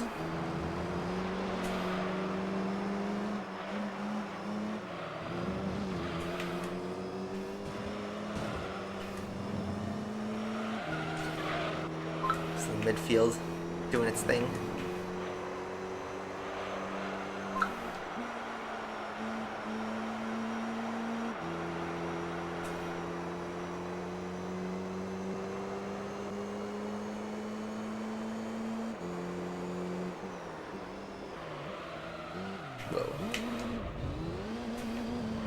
Whoa, that's a spin.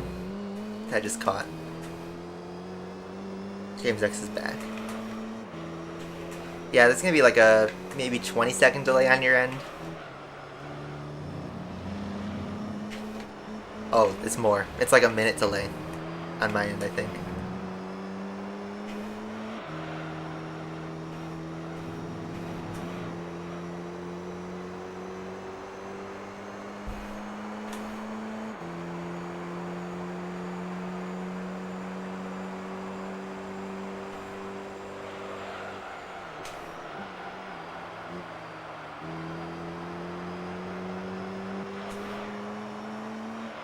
Zonda's pulling through.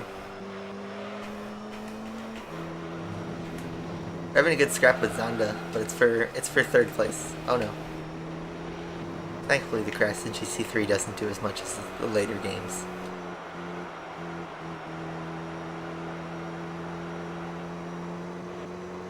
There's an NVIDIA game leak.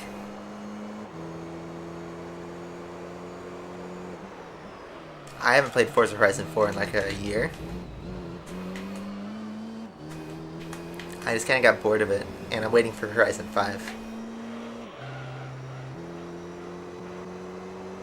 I just double shifted there. Alright, let's try and work on these top two.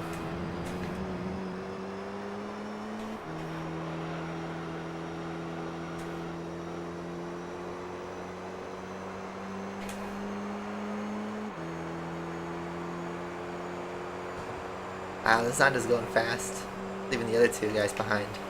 And he hits the brakes.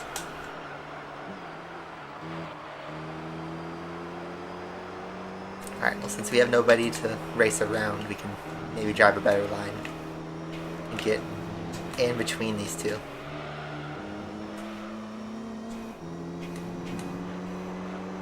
Alright, we're at R390 slipstream level. It's like the first race we actually have to work for a position. They just take off in a straight line though, it's crazy. I only have like 2 real passing opportunities. Which is in the chicane that's coming up, and then in like the first sector. Essentially, I have to pass the R390 coming up.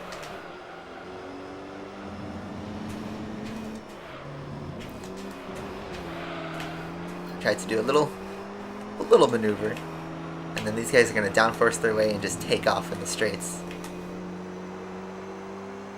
They're so fast. The prototypes. Back to square one because of rubber banding. Just trying to use as much of the track as I can. Thanks for blocking.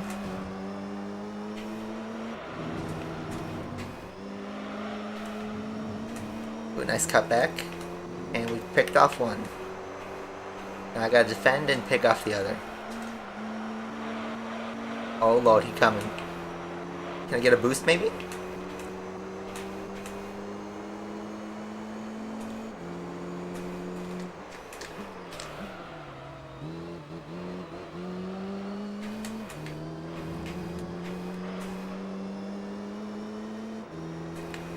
.3070 Ti. Even the Zonda's catching up.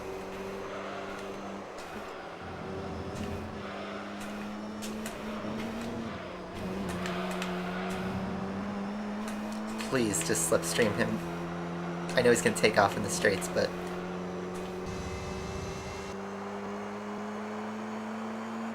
I think we got a slipstream. The 13.3. My car does feel a little bit faster. Ooh, there we go.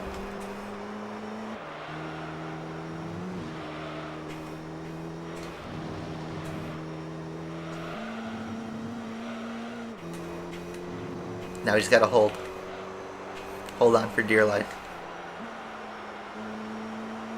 Downforce.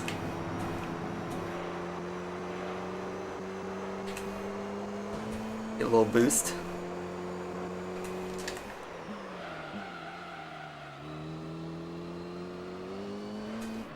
I even had to throttle that a little bit, just so I didn't spin it. And just make all our time in the chicane.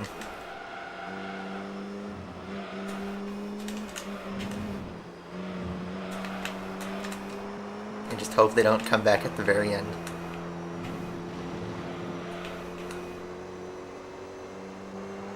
See, that was an actually fun race though. I liked that one. That one had some challenge, but we got it.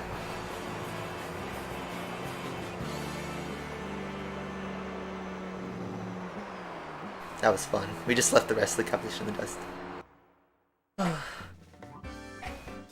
That was a grind. Ooh, I like that thumbnail.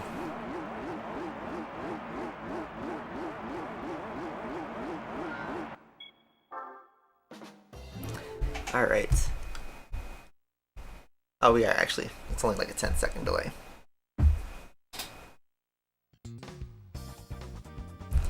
Alright, so then our clear status should show all red. Yep. Let's see what our unlocks are. It was challenging. So let's see. Did we get anything in S-Class? Hey, look at that, we got a Zonda. Sweet. A-Class, looks like we got a Nissan Z. And looks like nothing else. I don't think we get anything in C either. No. Alright.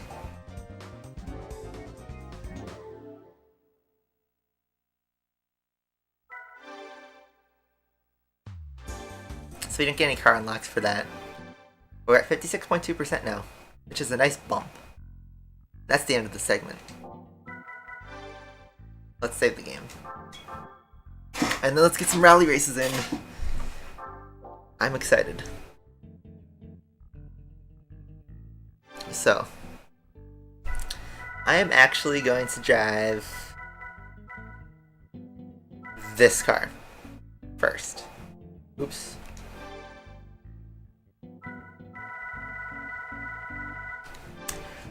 We're gonna drive the Lancer rally car. Now we've done 75 miles in, but I'm gonna get in again. Let's give it a fresh oil change.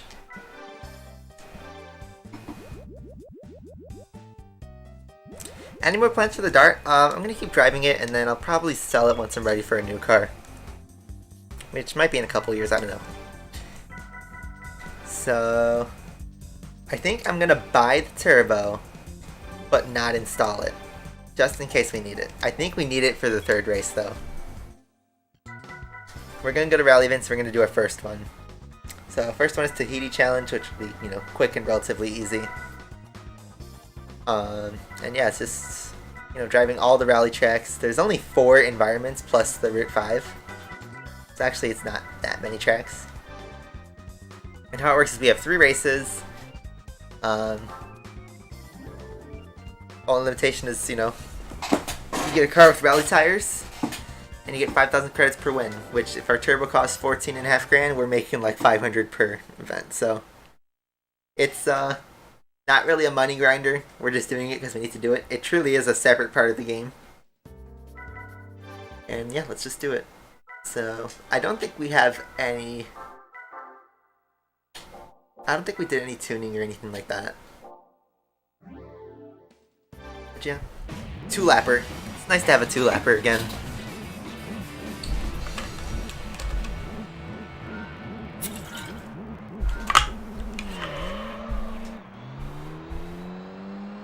Yeah. I think the lap is either 234 for tracks or 357. So the 234 will be nice because that's only like 9 laps of the circuit. And this one is like, you know, one of the shorter circuits, and I think it's a 234. But then I think Smoky Mountain is a 357, and Swiss Alps too.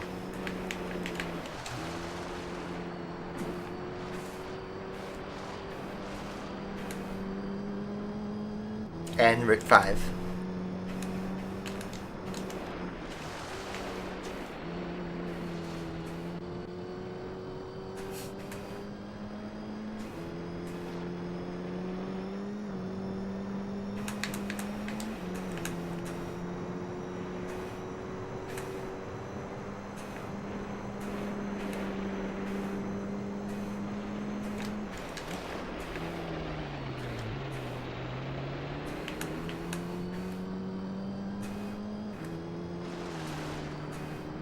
Is 357 the diameter of a bullet? I don't know that one. I'm not Trivia King.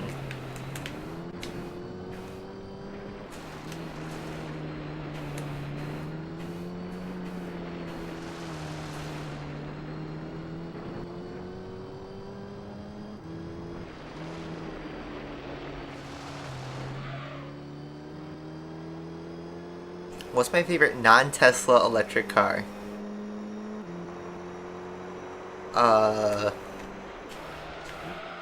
I'm blanking out on that one. I'd say that my favorite Tesla is the original Roadster, like the 2007 one. But I don't know their full car history. I don't know if they've ever made a non-electric. I thought their whole deal was electric cars only.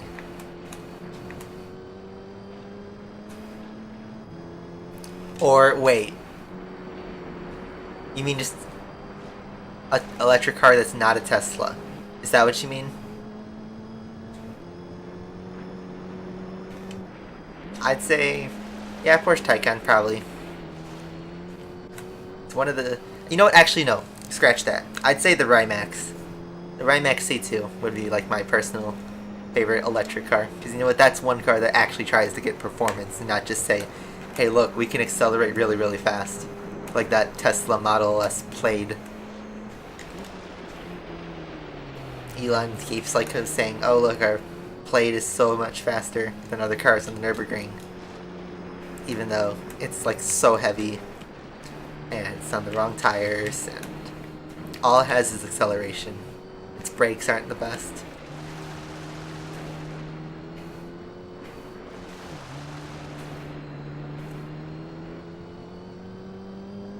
Yeah, I know. Did you know Richard Hammond had a serious injury while recording a Grand Tour episode? Anyway. Finally a short race. I think this is one of the, the shortest races. This is the last super short race of the game. I'll tell you this. This is the last time we will ever finish a race under 3.5 minutes. Actually, maybe on Reverse 2, on Tahiti 2. That might be the case.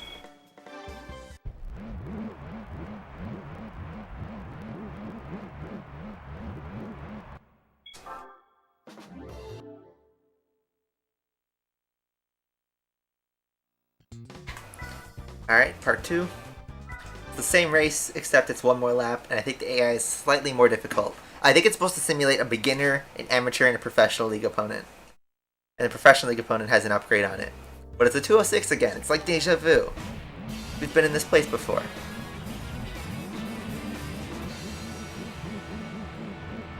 Hammond, you tic-tac. That was my Lamborghini. Hammond, you idiot. Alright, so now with the stock car, the AI should be a challenge. But then, the race after this, the AI would be impossible.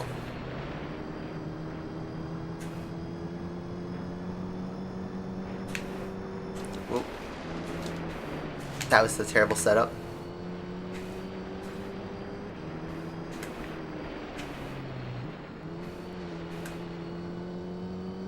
Yeah, bottom gear.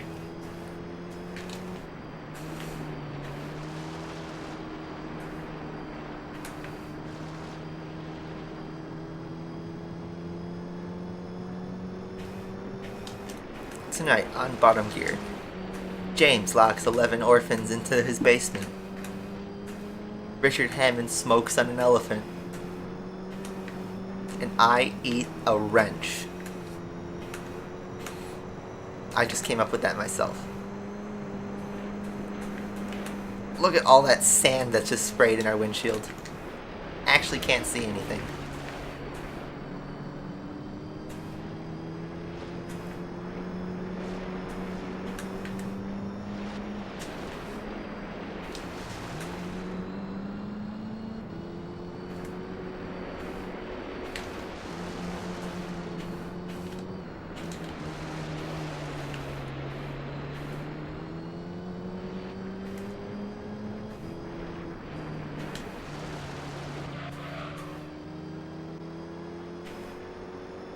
I don't like sand. Uh-oh, Star Wars reference coming in.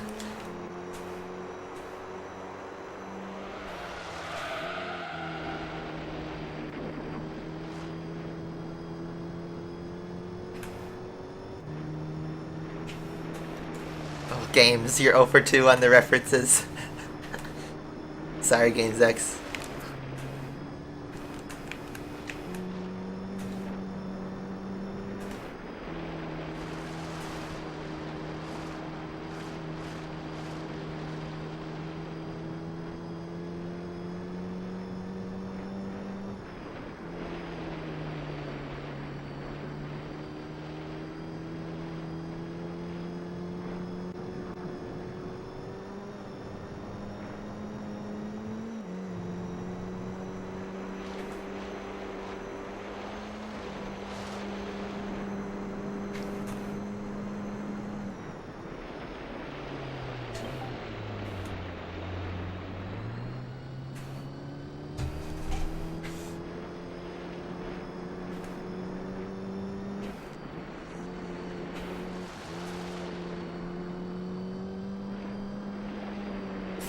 Confusion. What's that meme with like Padme and Anakin? Is that who it is?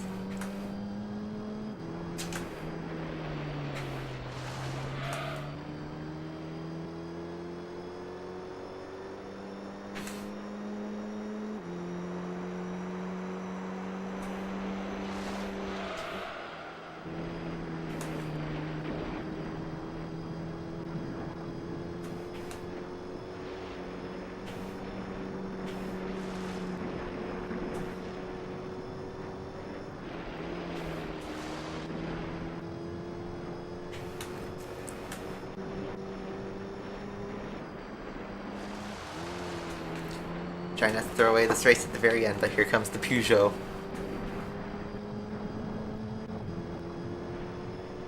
I forget if this car won the title in 01, or if it was at 2000.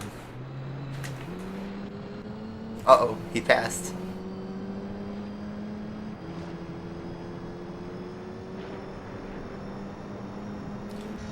Sand time.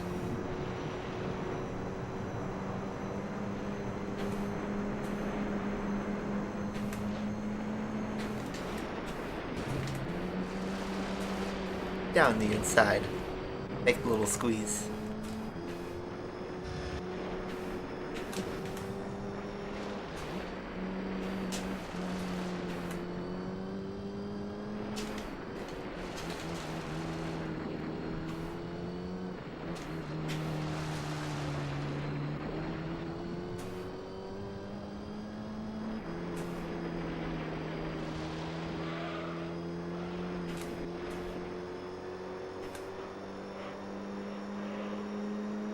Anyway, that's race 2. As you can notice, a little bit more difficult. Asphalt 89 streaming. Alrighty. Oh, we get even more money. We get 10,000 credits for that one. Oh, so that's like some profit. We've already made money back on our turbo. Cool. Cool. Alright, now, I bought the stage 2 turbo. I forget if like we can get away with the stage 1 even. But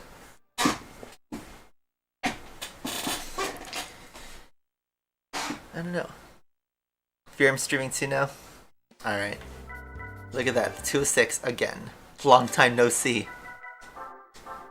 Alright, let's slap some power into this and let's see if it was overkill or not.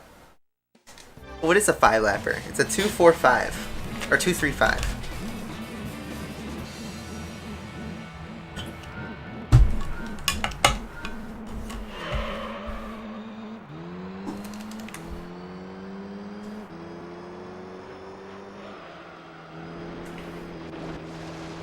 Now, we might be able to get away with the stage 1 turbo on some of the other cars.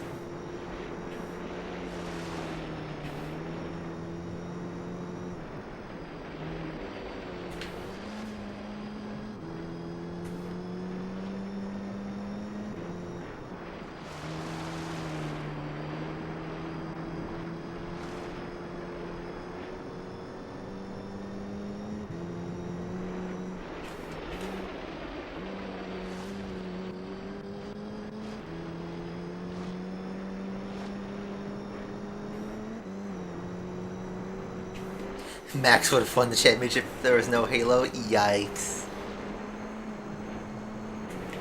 But if there's no Halo... Here's my alternate reality thing. If there was no Halo, Grosjean would have been killed. And if Grosjean was killed, they would have put the Halo on. That's my take.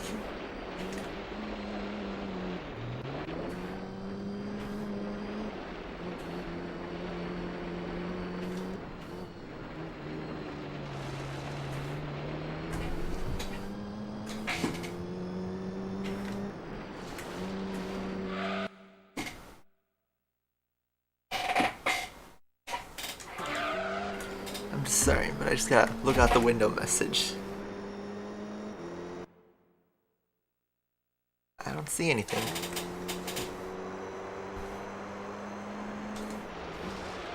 Yeah, I think Max is gonna win the championship this year. That's my prediction. I'm gonna be horribly wrong, probably, because I just jinxed that. But Max should have been far ahead. I think he should have been 50 points ahead in the championship. And like I said during the break, I think Red Bull could have won every single race this year. Every last one of them.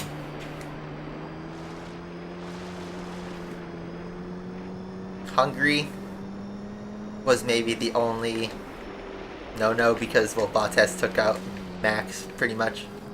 But if it was a normal race weekend, Max 100% had the pace to win.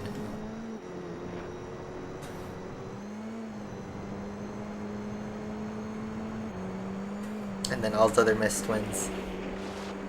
Well, here's the thing. Okay, Mercedes only won 1 out of the last 10 races. And then we had 2 midfield winners. And, you know, one midfield win was because of Max.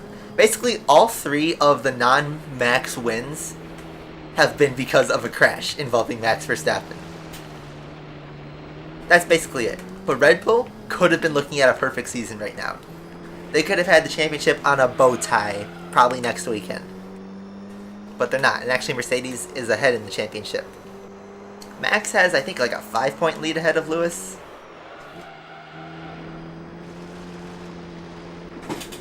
But, I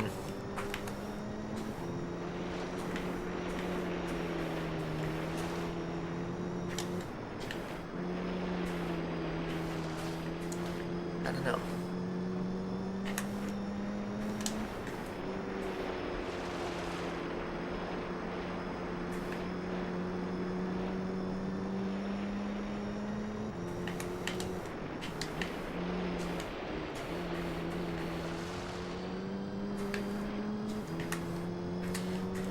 Yeah, Max is a grid penalty in Russia, but I still think Checo could win. His car has the pace to, definitely. But I'm expecting, I'd say Bottas wins next weekend.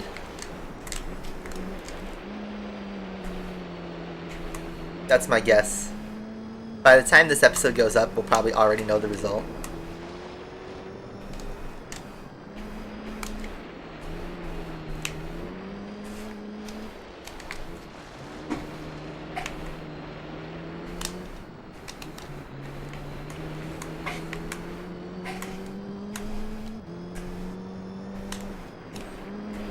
I'll take his engine penalty, so yeah, I'd probably be out of contention for the win then. He might make it back onto the podium though. I'd say for the third podium spot, okay, so alright, I'll go all in on the podium prediction next week. I'll say it's going to be Bottas, Hamilton, Perez. But I think we could swap out Perez for, I'm going to say one of the Ferraris. Maybe Sainz.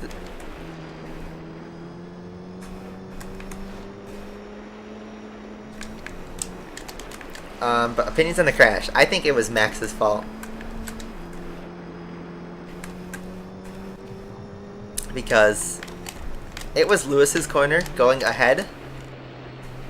I think it was like 80-20 Max. That's my assessment. 80% Max's fault, 20% Lewis's fault. Lewis squeezed Max, but Max could have used the escape road. As many drivers did during the race. Lewis had the right to the corner, and he had the right to use all the track. And take, you know, aggressive but fair line. And Max could have used either the escape road, or he could have just cut the part of the chicane and handed a place back.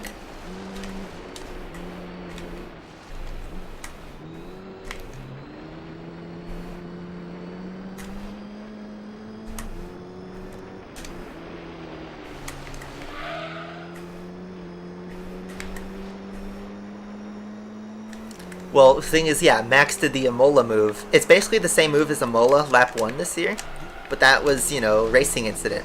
Nobody got a penalty. Max wasn't deemed at fault for anything. So Lewis did the same move, and that was fair. Max could have been squeezed out, and Lewis would have been perfectly justified to do it because of Imola. The sausage curb caused the crash, but Max was in the wrong spot, and he... It's weird.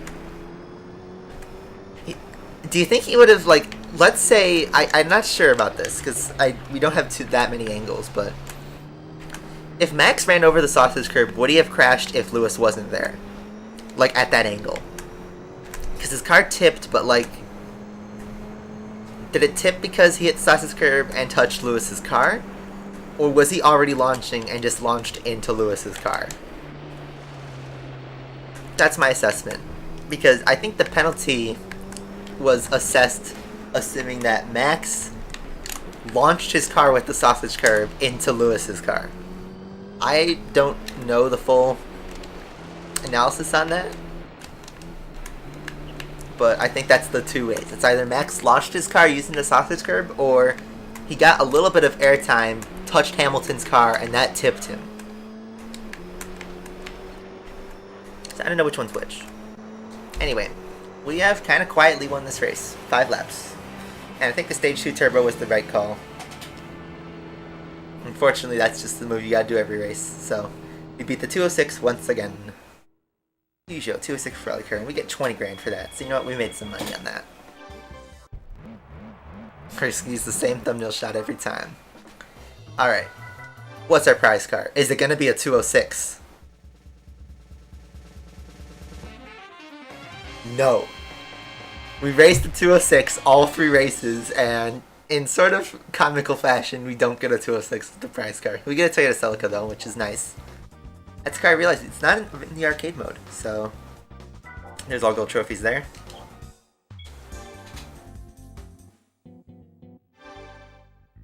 And yeah, let's hop up. There it is, the Celica rally car. Pretty iconic, and yeah, quite nice. So that's going to be 56.8%, kind of slow percent, but it helps. And that's the end of the segment. Alright, I'm going to run to the bathroom, and I'll be right back.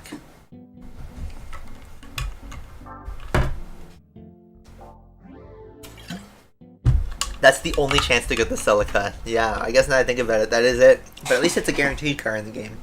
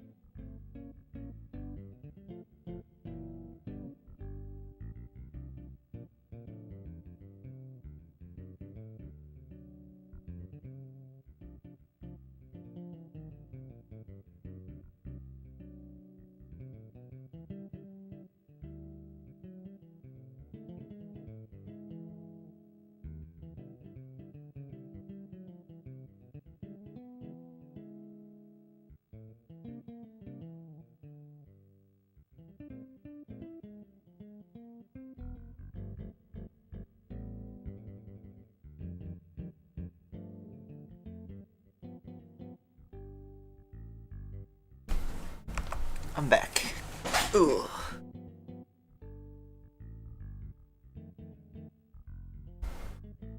Yeah, we're just a pretty chill community overall. Because we're kind of small. I really don't care about, you know, how... I get a ton of comments about how I'm losing views, I'm losing subscribers, nobody likes GT3 or whatever. And honestly, I don't really care at all. I'm not doing YouTube for the money anymore. Not that I did YouTube for the money back when I was playing Asphalt, but money is not at all a motivator for me on YouTube because I have a job and, you know, I get a stable income and I even get overtime pay if I go overtime like I did this week. So there's plenty of income coming in for me that I don't have to worry about my YouTube performance. So literally how I treat this channel is I just play what I want and just hopefully there's some people I can enjoy it with. And you know, I don't mind talking to 3, 4, 5 people at a time because it's like talking to a small group. So yeah, I thank you guys all for sticking with that. And it's fun to talk to y'all. Even if we have differences, but you know what? It's cool. Yeah, everybody simps a YouTuber. That's how it always runs. Next segment, we're gonna get into another rally car because we're continuing our rally binge. And we just immediately won a Celica, but I think I'm actually gonna drive the Impreza that we just won. And same thing as before, we are going to buy a turbo. We're gonna buy, we could buy a stage 3 even, but I'm gonna skip that. We're gonna buy just a stage 2, purchase it, but don't install it. Save that for the third race. And yeah, we have Tahiti Maze next, so same drill. Let's get right into it.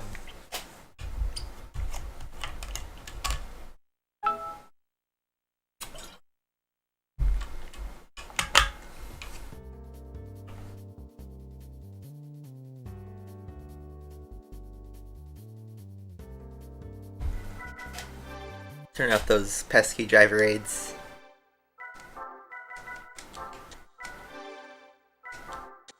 We're gonna be buying the turbo! We're gonna buy the turbo!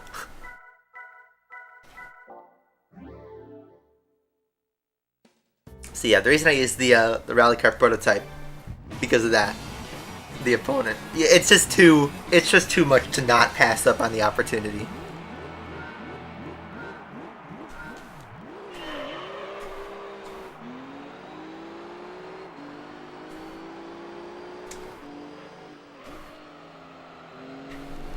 Lancer versus Impreza, Mitsubishi versus Subaru. A rivalry as old as time.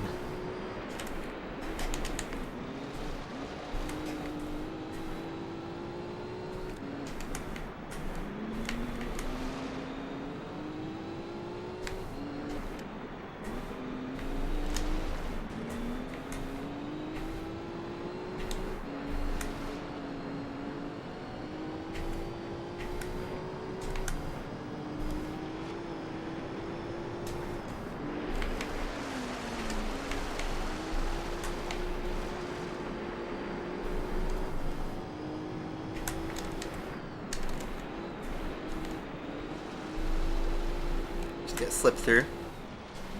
Whoa. Took way too much on that second S-curve.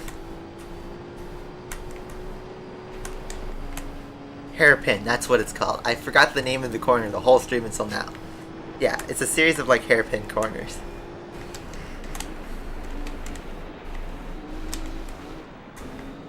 PTSD.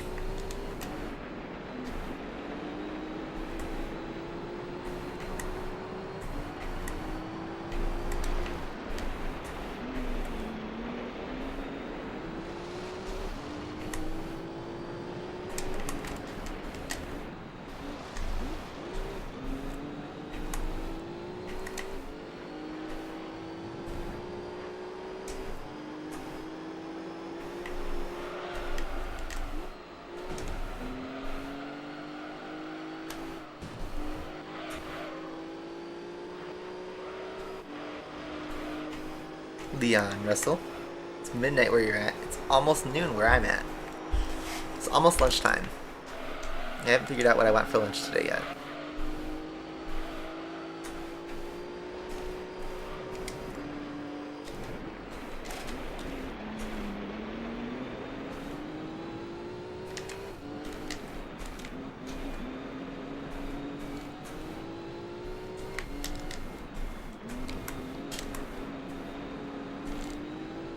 So since the Lancer's pretty close behind, I'm wondering if we should put the turbo on in the second race.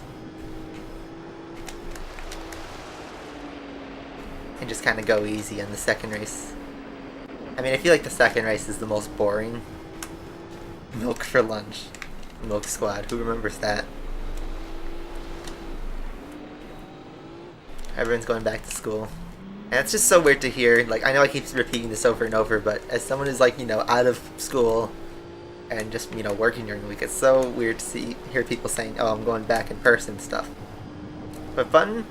Well, not really fun, but here's a little tidbit. My company was planning to go back to the office this week on like the 13th or whatever that day was, the 12th. And, you know, that got pushed back to mid-October. And I don't even think that's the final date. So we're just working remote for the time being. But milk squad for life. Milk for breakfast, lunch, and dinner.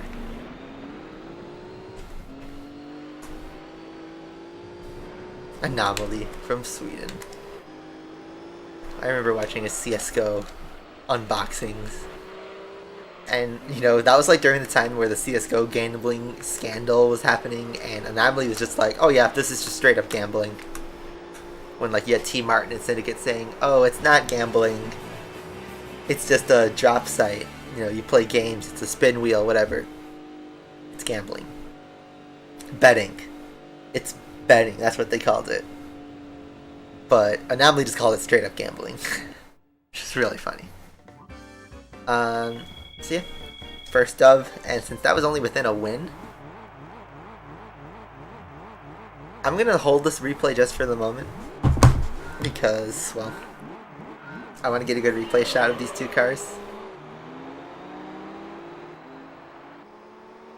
Not bad. Ooh, I like this. Oh, that would have been a great shot if I was side by side with him.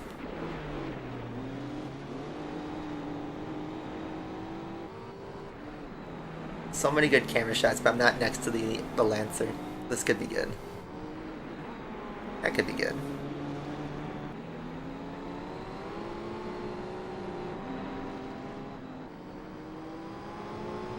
Here's an opportunity.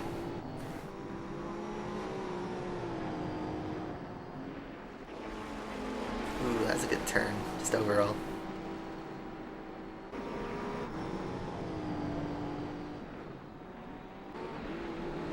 That was good. Ooh, I like that. Alright. Let's just stick with that then. I'll pick a good thumbnail. Alright, race 2. It's gonna be the Lancer again, I think. I think the opponent's the same for, you know, each tier. It just gives it more power.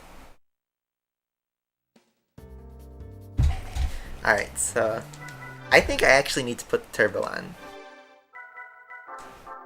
So this could be a dull race, but I mean, it's GT. Heavy's breakfast is sandwich, steak, banana, and chocolate bar.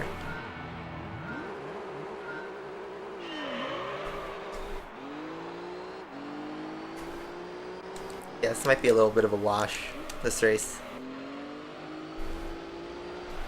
But I don't want to repeat a race twice. Slam the e-brake a little bit, get some curb, get some slides.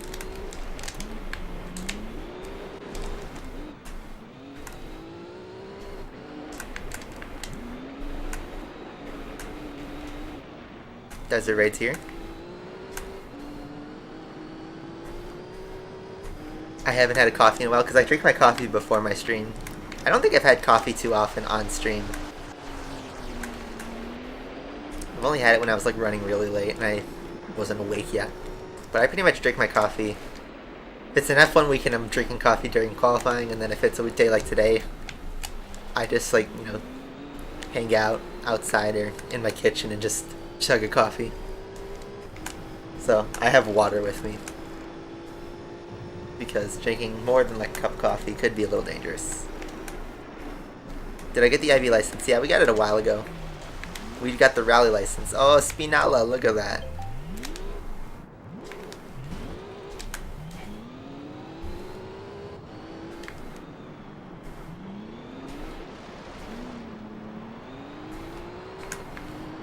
Like regular coffee or creamy coffee? Is that gonna lead into a punchline? I put cream in my coffee, yes. Milk, cream, whipped cream, whatever I have at home. But yes, half and half. I used to drink sugar with it too. Yeah, I used to put sugar in it. But I've given up on sugar for like a year now for coffee. And I enjoy the actual coffee itself more. That ass. Alright. I shouldn't be in second place with the turbo on. Tea is a coffee replacement. I mean, I don't mind a hot tea, but I just prefer coffee.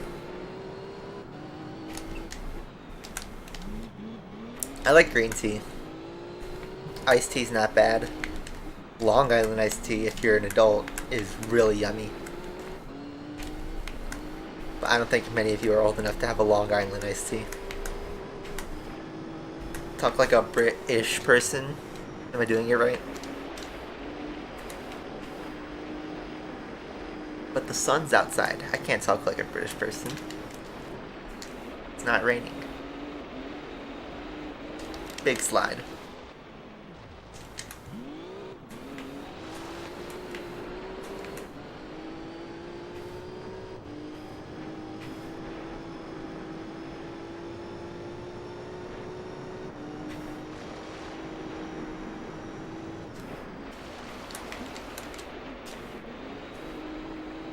Mountain Dew for the MLG peeps.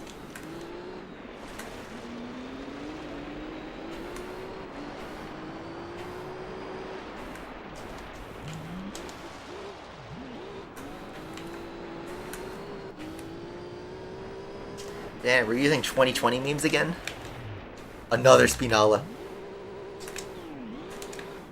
That was just a big drift, guys. Don't worry about that. No, watch me do this on the final lap and actually lose the race because of it.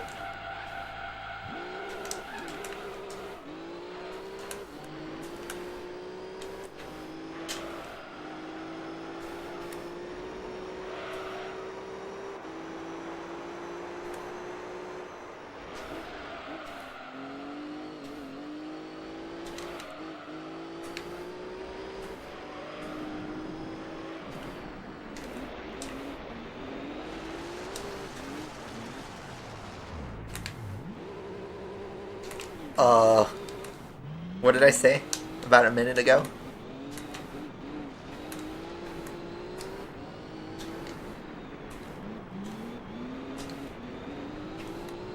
I suddenly forgot how to drive. I forgot. Hey look, the Lancer is so slow, he just lets me pass. I feel like that's rubber banding.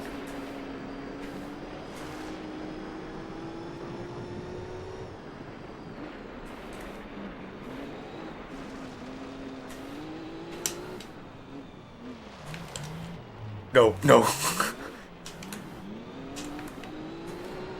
I need power. I need to build the gap because I'm inevitably going to do it again in the final sector. Have you ever played a race game using a steering wheel? Check some of my streams of Gran Turismo Sport in F1 2018. Check some of those, and you'll find the answer.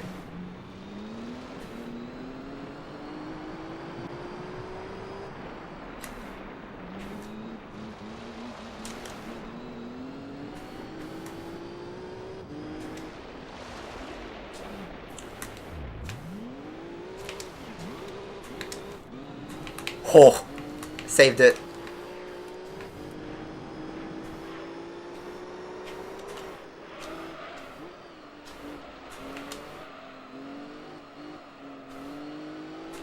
Just take it easy. I just cannot drive this car today. That was way messier than I wanted it to be. But we won. I had to make that race interesting, guys. See, I spun on purpose. Totally.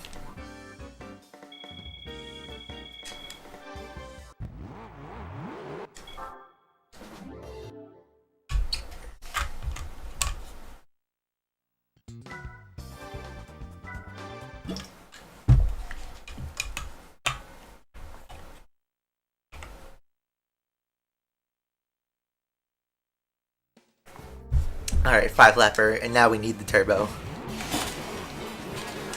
So let's just keep moving.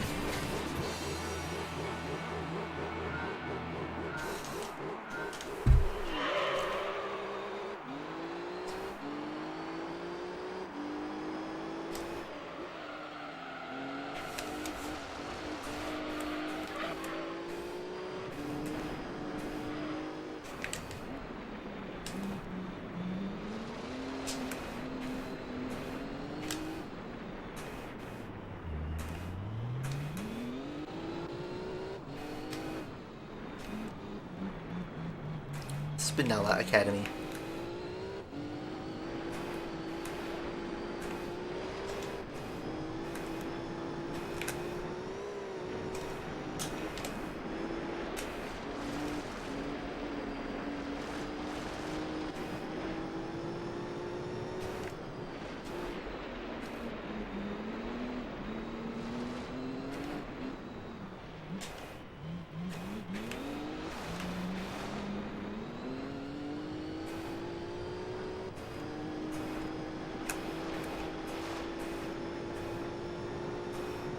Yeah, for 2001, these graphics are great.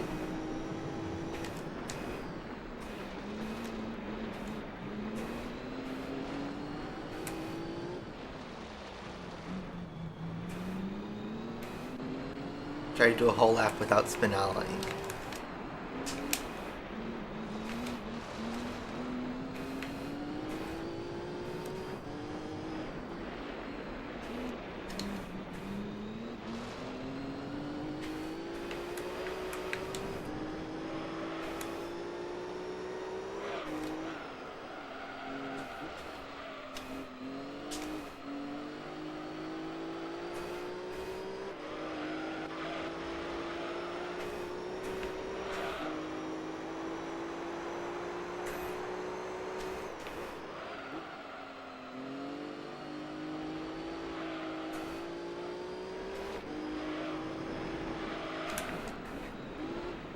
Everyone's leaving, but thanks for tuning in, GamesX.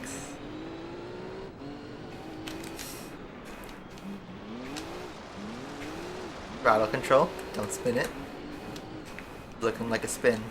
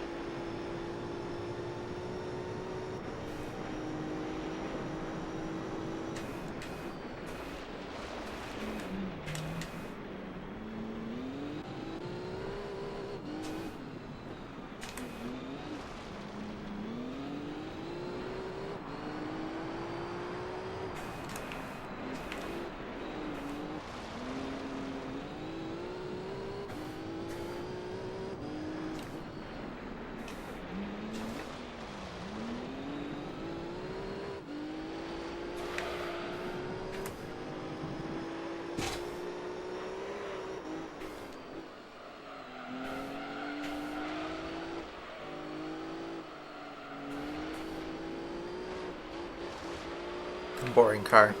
More like boring race. I think this car is fun. It's one of my favorite rally cars. But yeah, now that I'm not spinaling, race is kind of dull.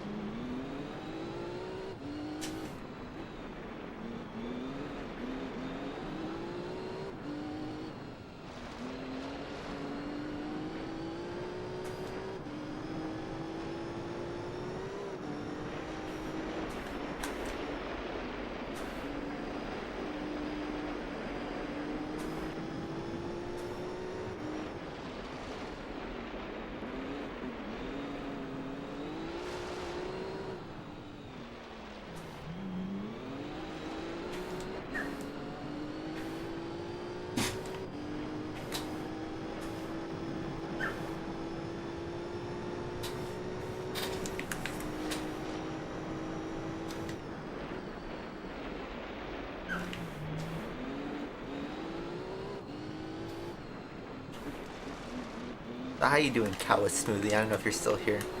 It's a pretty quiet race.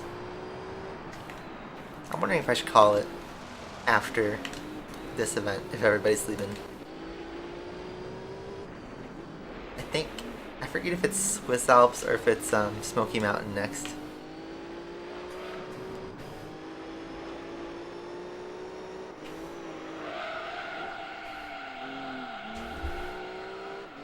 Nice drift.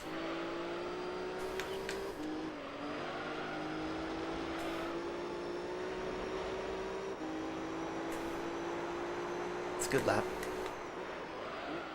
Now I'm basically hot lapping again.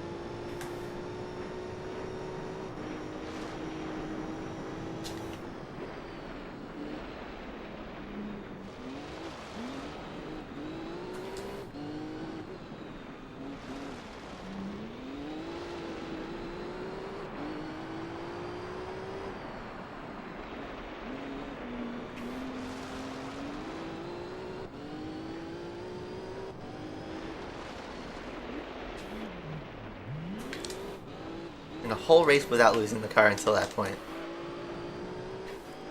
But yeah, we about to finish this thing. Pretty quiet race. Not as many blunders or spinalas. I normally drift this corner, but I decided to just hold it.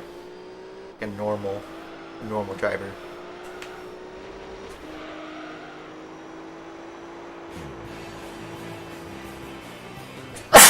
Excuse me. Alright. Well, that's the event. Now, what's our prize car? I bet it's not a Lancer. Thanks. It is not a Lancer. It's a Ford Escort. So yeah, the prize cars are seemingly random. So that's great. Yeah, Smoky Mountain will be next.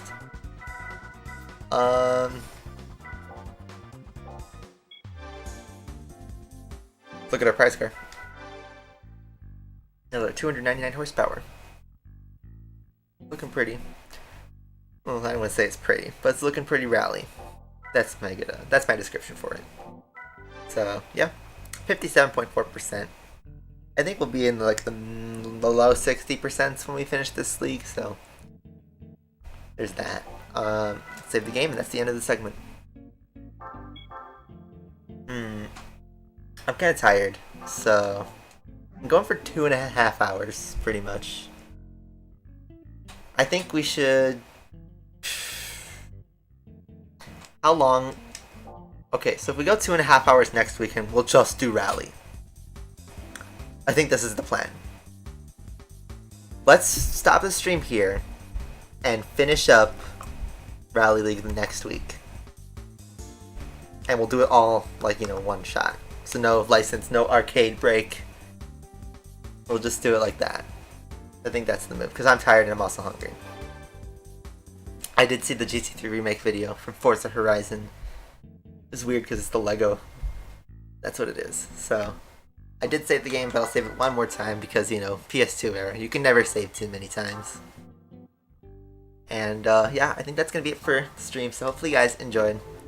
Thank y'all for being here along the way as we keep grinding this game.